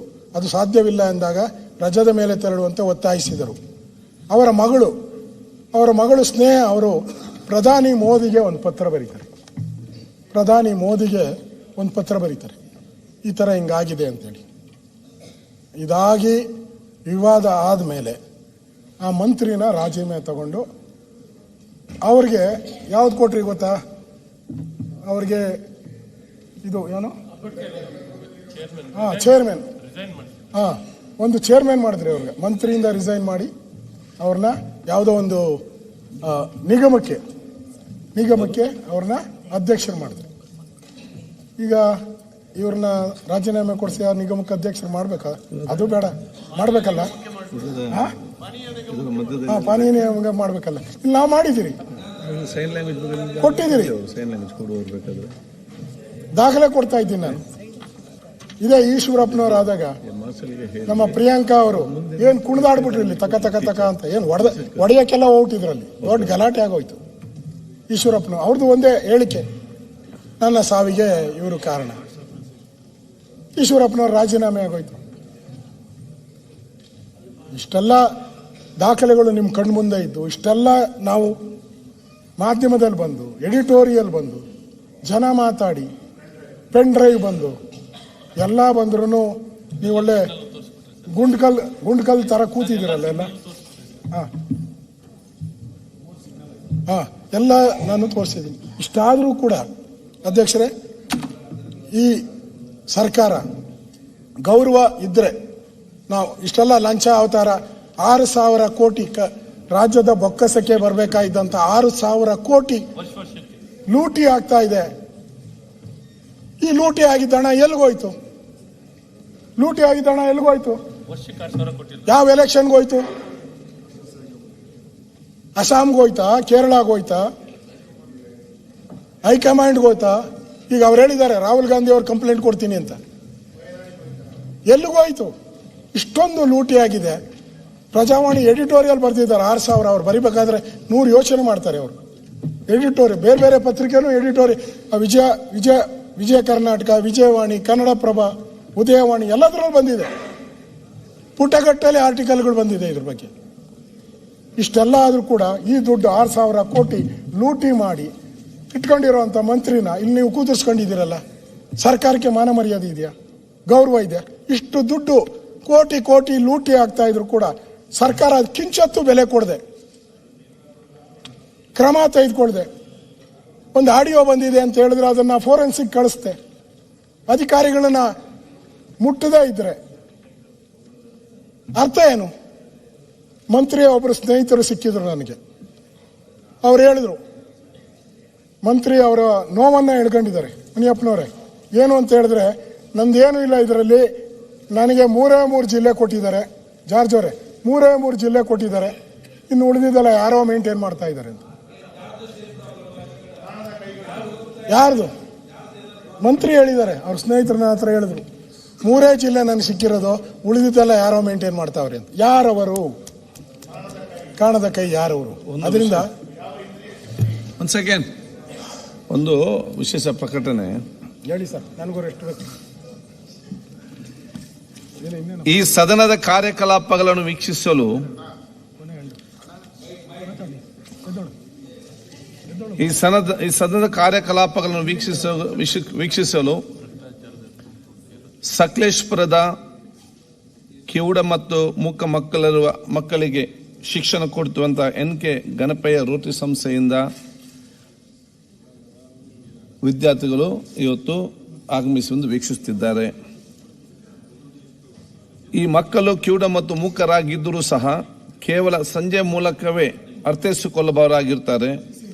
ಈ ದಿನ ಕಾರ್ಯ ವೀಕ್ಷಿಸಿ ಬಹುಶಃ ಆ ಮಕ್ಕಳು ಆಸಕ್ತಿ ಬಗ್ಗೆ ನಾವೆಲ್ಲರೂ ಕೂಡ ಇವತ್ತು ಅತ್ಯಂತ ಗೌರವ ಮತ್ತು ಹೆಮ್ಮೆ ಪಡ್ಕೊಳ್ಬೇಕಾಗ್ತದೆ. ಅದಕ್ಕಾಗಿ ಬಹುಶಃ ಇವತ್ತು ಒಂದು ಮುಂದಿನ ಆದೇಶ ಕೂಡ ಇವತ್ತು ಮೂಕ ಮತ್ತು ಕಿವುಡ ಮಕ್ಕಳು ಯಾರು ನಮ್ಮ ಸೋದರ ಬರ್ತಾರ ಅವ್ರಿಗೆ ಬಹುಶಃ ಇಲ್ಲಿ ಕಾರ್ಯಕಲಾಪ ನಡೆಸುವನ್ನು ಅರ್ಥ ಮಾಡಿಕೊಳ್ಳಲು ಇಲ್ಲದ್ರೆ ನಾವು ಹೇಳಿಕೆ ಅವ್ರಿಗೆ ಕೇಳುವುದಿಲ್ಲ. ಅವರ ಸಂಜೆ ಸೈನ್ ಲ್ಯಾಂಗ್ವೇಜ್ ಮೂಲಕ ಅವ್ರಿಗೆ ಅಲ್ಲಿಂದ ಸೈನ್ ಲ್ಯಾಂಗ್ವೇಜ್ ಮೂಲಕ ಅವರಿಗೆ ತಿಳಿಪಡಿಸಿಕೊಳ್ಳಲು ಕೂಡ ನಾವು ಈಗಲೂ ಕೂಡ ಆ ಶಿಕ್ಷಕರಿಗೆ ಅವಕಾಶ ಕೊಡ್ತೇವೆ. ಮುಂದಿನ ಅಧಿವೇಶನ ಸಂದರ್ಭದಲ್ಲಿ ಬರುವಂತಹ ವಿಶೇಷವಾದ ಒಬ್ಬರು ಶಿಕ್ಷಕರು ನಾವಲ್ಲಿ ಮೀಸಲಿಡ್ತೇವೆ ಹೇಳಲಿಕ್ಕೆ ನಾನು ಬಯಸಿ ಎಲ್ಲರ ಪರವಾಗಿ ನಾನು ಅವರ ಸ್ವಾಗತ ಶುಭಾಶಯ ಇವತ್ತು ಸಲ್ಲಿಸ್ತೇವೆ. ಅಲ್ಲ ಅದು ಮುಗಿಲಿಲ್ಲ ಆಯ್ತು, ಮುಗಿಲಿಲ್ಲ. ನೀವು ಮತ್ತು ರಂಗನಾಥ್ ಮಿತ್ರ ಗೊತ್ತಿದೆ, ಇಲ್ಲಿ ಇದು ಮುಗಿಸ್ಬೇಕು. ಆಯ್ತು, ಅದ ನಂತರ ಕೊಡ್ತೇನೆ, ಮುಗಿಸ್ಲಿ ಮತ್ತೆ ಕೊಡ್ತೇನೆ ನಾನು. ಅಲ್ಲ ಮುಗಿಸ್ಲಿ ಅಲ್ಲ ಅವ್ನು ಮುಗಿಸ್ಲಿ ಮತ್ತೆ ಕೊಡ್ತೇನೆ. ನೋಡಿ ಕನ್ಫ್ಯೂಸ್ ರಂಗನಾಥ್ ಅಧ್ಯಕ್ಷರೇ, ಇದ್ರ ಬಗ್ಗೆ ಒಂದ್ 2 ನಿಮಿಷ ಕೊಡ್ಬೇಕು. ಅಲ್ಲ, ಇದರ ಬಗ್ಗೆ 100 ಜನರಿಗೆ ಮಾತಾಡಿ ಎಲ್ಲರೂ ಕೊಡ್ಲಿಕ್ಕೆ ಆಗುದಿಲ್ಲ. ಏನು ಅಂತ ಅಲ್ಲಿ ಮೀಟಿಂಗ್ ಅಲ್ಲಿ ತೀರ್ಮಾನ ಆಗಿದೆ ಅಲ್ಲಿ ಬಂದು ನೋಡಿ, ಪ್ರತಿಪಕ್ಷ ನಾಯಕರು, ನಿಮ್ಮ ಪಕ್ಷದ ನಾಯಕರು ಮತ್ತು ಮುಖ್ಯಮಂತ್ರಿಗಳು, ಲಾ ಮಿನಿಸ್ಟರ್ ಮೀಟಿಂಗ್ ಆಗಿದೆ. ಅದಕ್ಕೆಲ್ಲ ಸಹಕಾರ ಕೊಡಿ. ಮಾತಾಡ್ಲಿಕ್ಕೆ ತುಂಬಾ ಇದೆ. ಆಯ್ತು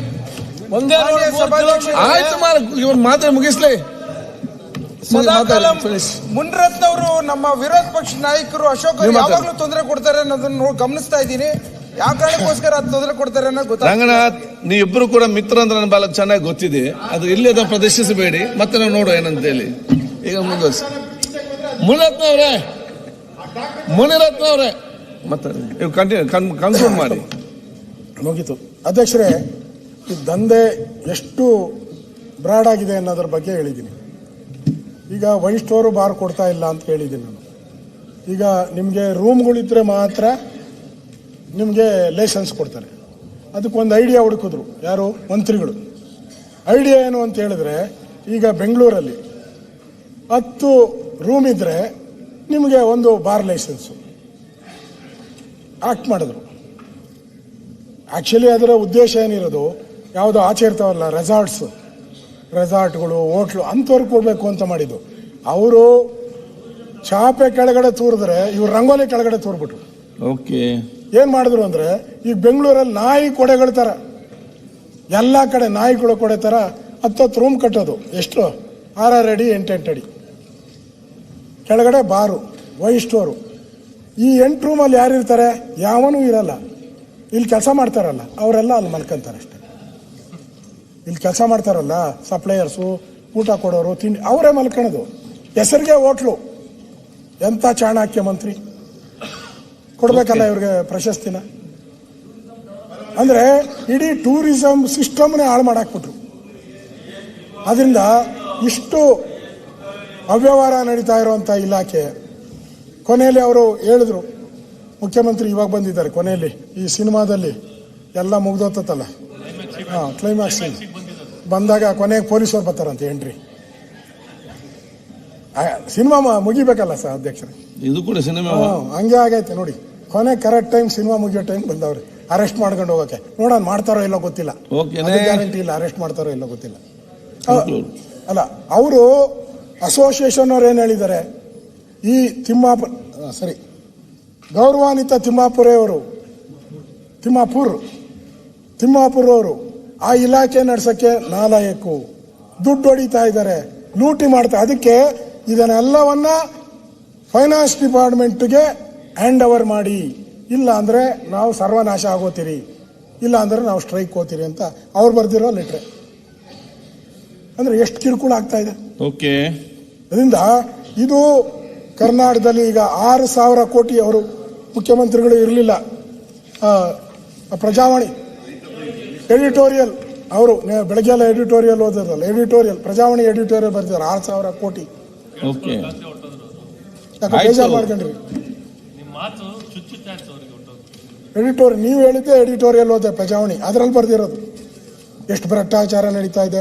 ಸರ್ಕಾರ ಇದನ್ನು ಮುಚ್ಚಿಡಬಾರ್ದು, ಮುಚ್ಚಿಟ್ರೆ ಆಘಾತ ಆಗ್ತೈತೆ, ಕರ್ನಾಟಕಕ್ಕೆ ಆಘಾತ ಆಗುತ್ತೆ ಅಂತ ಹೇಳಿ ಬರ್ದಿದ್ದಾರೆ. ಇಷ್ಟೆಲ್ಲ ನಾನು ದಾಖಲೆ ಕೊಟ್ಟರು ಕೂಡ ಲೋಕಾಯುಕ್ತ ಕಂಪ್ಲೇಂಟ್ ಹೇಳಿದ್ದೀನಿ, ಇದು ದಾಖಲೆಗಳು ಕೊಟ್ಟಿದ್ದೀನಿ, ಬಂದಿರೋ ಆಡಿಯೋಗಳು ಕೊಟ್ಟಿದ್ದೀನಿ. ಇಷ್ಟೆಲ್ಲ ಆದರೂ ಕೂಡ ಈ ಹಣ ಎಲ್ಲ ಯಾವ ಎಲೆಕ್ಷನ್ಗೆ ಹೋಗಿದೆ, ಎಲ್ಲಿಗೆ ಹೋಗಿದೆ? ಇಷ್ಟೊಂದು ದುಡ್ಡು ಕಲೆಕ್ಟ್ ಮಾಡಿದ್ದು ಯಾವ ಚುನಾವಣೆಗೆ ಕಾಂಗ್ರೆಸ್ನವ್ರಿಗೆ ಕಳಿಸಿದ್ದೀರಾ? ಇದು ತನಿಖೆ ಆಗಬೇಕು. ಅದಕ್ಕೋಸ್ಕರ ನಾನು ಆಗ್ರಹ ಮಾಡ್ತಾ ಇದ್ದೀನಿ, ಅದಾಗೋವರೆಗೂ ಕೂಡ ಮಂತ್ರಿಗಳು ರಾಜೀನಾಮೆ ಕೊಡಬೇಕು. ರಾಜೀನಾಮೆ ಕೊಟ್ಟು ಈ ಎಲ್ಲದನ್ನ ತನಿಖೆ ಮಾಡಬೇಕು. ಇದು ಕರ್ನಾಟಕದ ಆರ್ಥಿಕ ಇಲಾಖೆಗೆ ಕನ್ನ ಹಾಕುವ ಒಂದು ದೊಡ್ಡ ಹುನ್ನಾರ ಇದು. ಈ ಕನ್ನ ಹಾಕುವ ಈ ಕೆಲಸಕ್ಕೆ ಅಂತ್ಯ ಆಡಬೇಕು ಅಂತ ಹೇಳಿದ್ರೆ ಅವರು ರಾಜೀನಾಮೆ ಕೊಡಬೇಕು ಅಂತ ಹೇಳಿ ಆಗ್ರಹವನ್ನ ಮಾಡ್ತಾ ಇದ್ದೀವಿ. ಧನ್ಯವಾದ. ಮೊನ್ನೆ ಅಧ್ಯಕ್ಷರೇ ಒಂದು ಎಸ್ ಟಿ ಮಂಜು ಮತ್ತೆ ಜ್ಞಾನಂದ ಸಭಾಧ್ಯಕ್ಷರೇ ಈ ಕಡೆ ಮನೆ ಅಧ್ಯಕ್ಷರೇ 2 ನಿಮಿಷ 10 ನಿಮಿಷ ಮಾತಾಡಿಸಿ ಮುಗಿಸಿ. ನಮ್ದೇನು ಅಷ್ಟೊಂದು ವಿಚಾರ ಗೊತ್ತಿದ್ರು ಅಷ್ಟೊಂದು ಮಣ್ಣೆ ಮಾಡೋಂಥ ಸಾಮರ್ಥ್ಯ ನಮ್ಮಿನ್ನೂ ಇಲ್ಲ ಅವರೊಂದು ಮೇನ್ ಲೆಟರ್ ಕೊಟ್ಟಿದ್ರು. ಅದು ಹೌದು ಫಸ್ಟ್ ಅವ್ರದ್ದು ಮೇನ್ ಇತ್ತು. ಅದು ಬೇಗ ಫಿನಿಶ್ ಮಾಡಿ. No I am very sorry. ಇದು ಸೆಷನ್ ಕರೆದಿರತಕ್ಕಂಥದ್ದು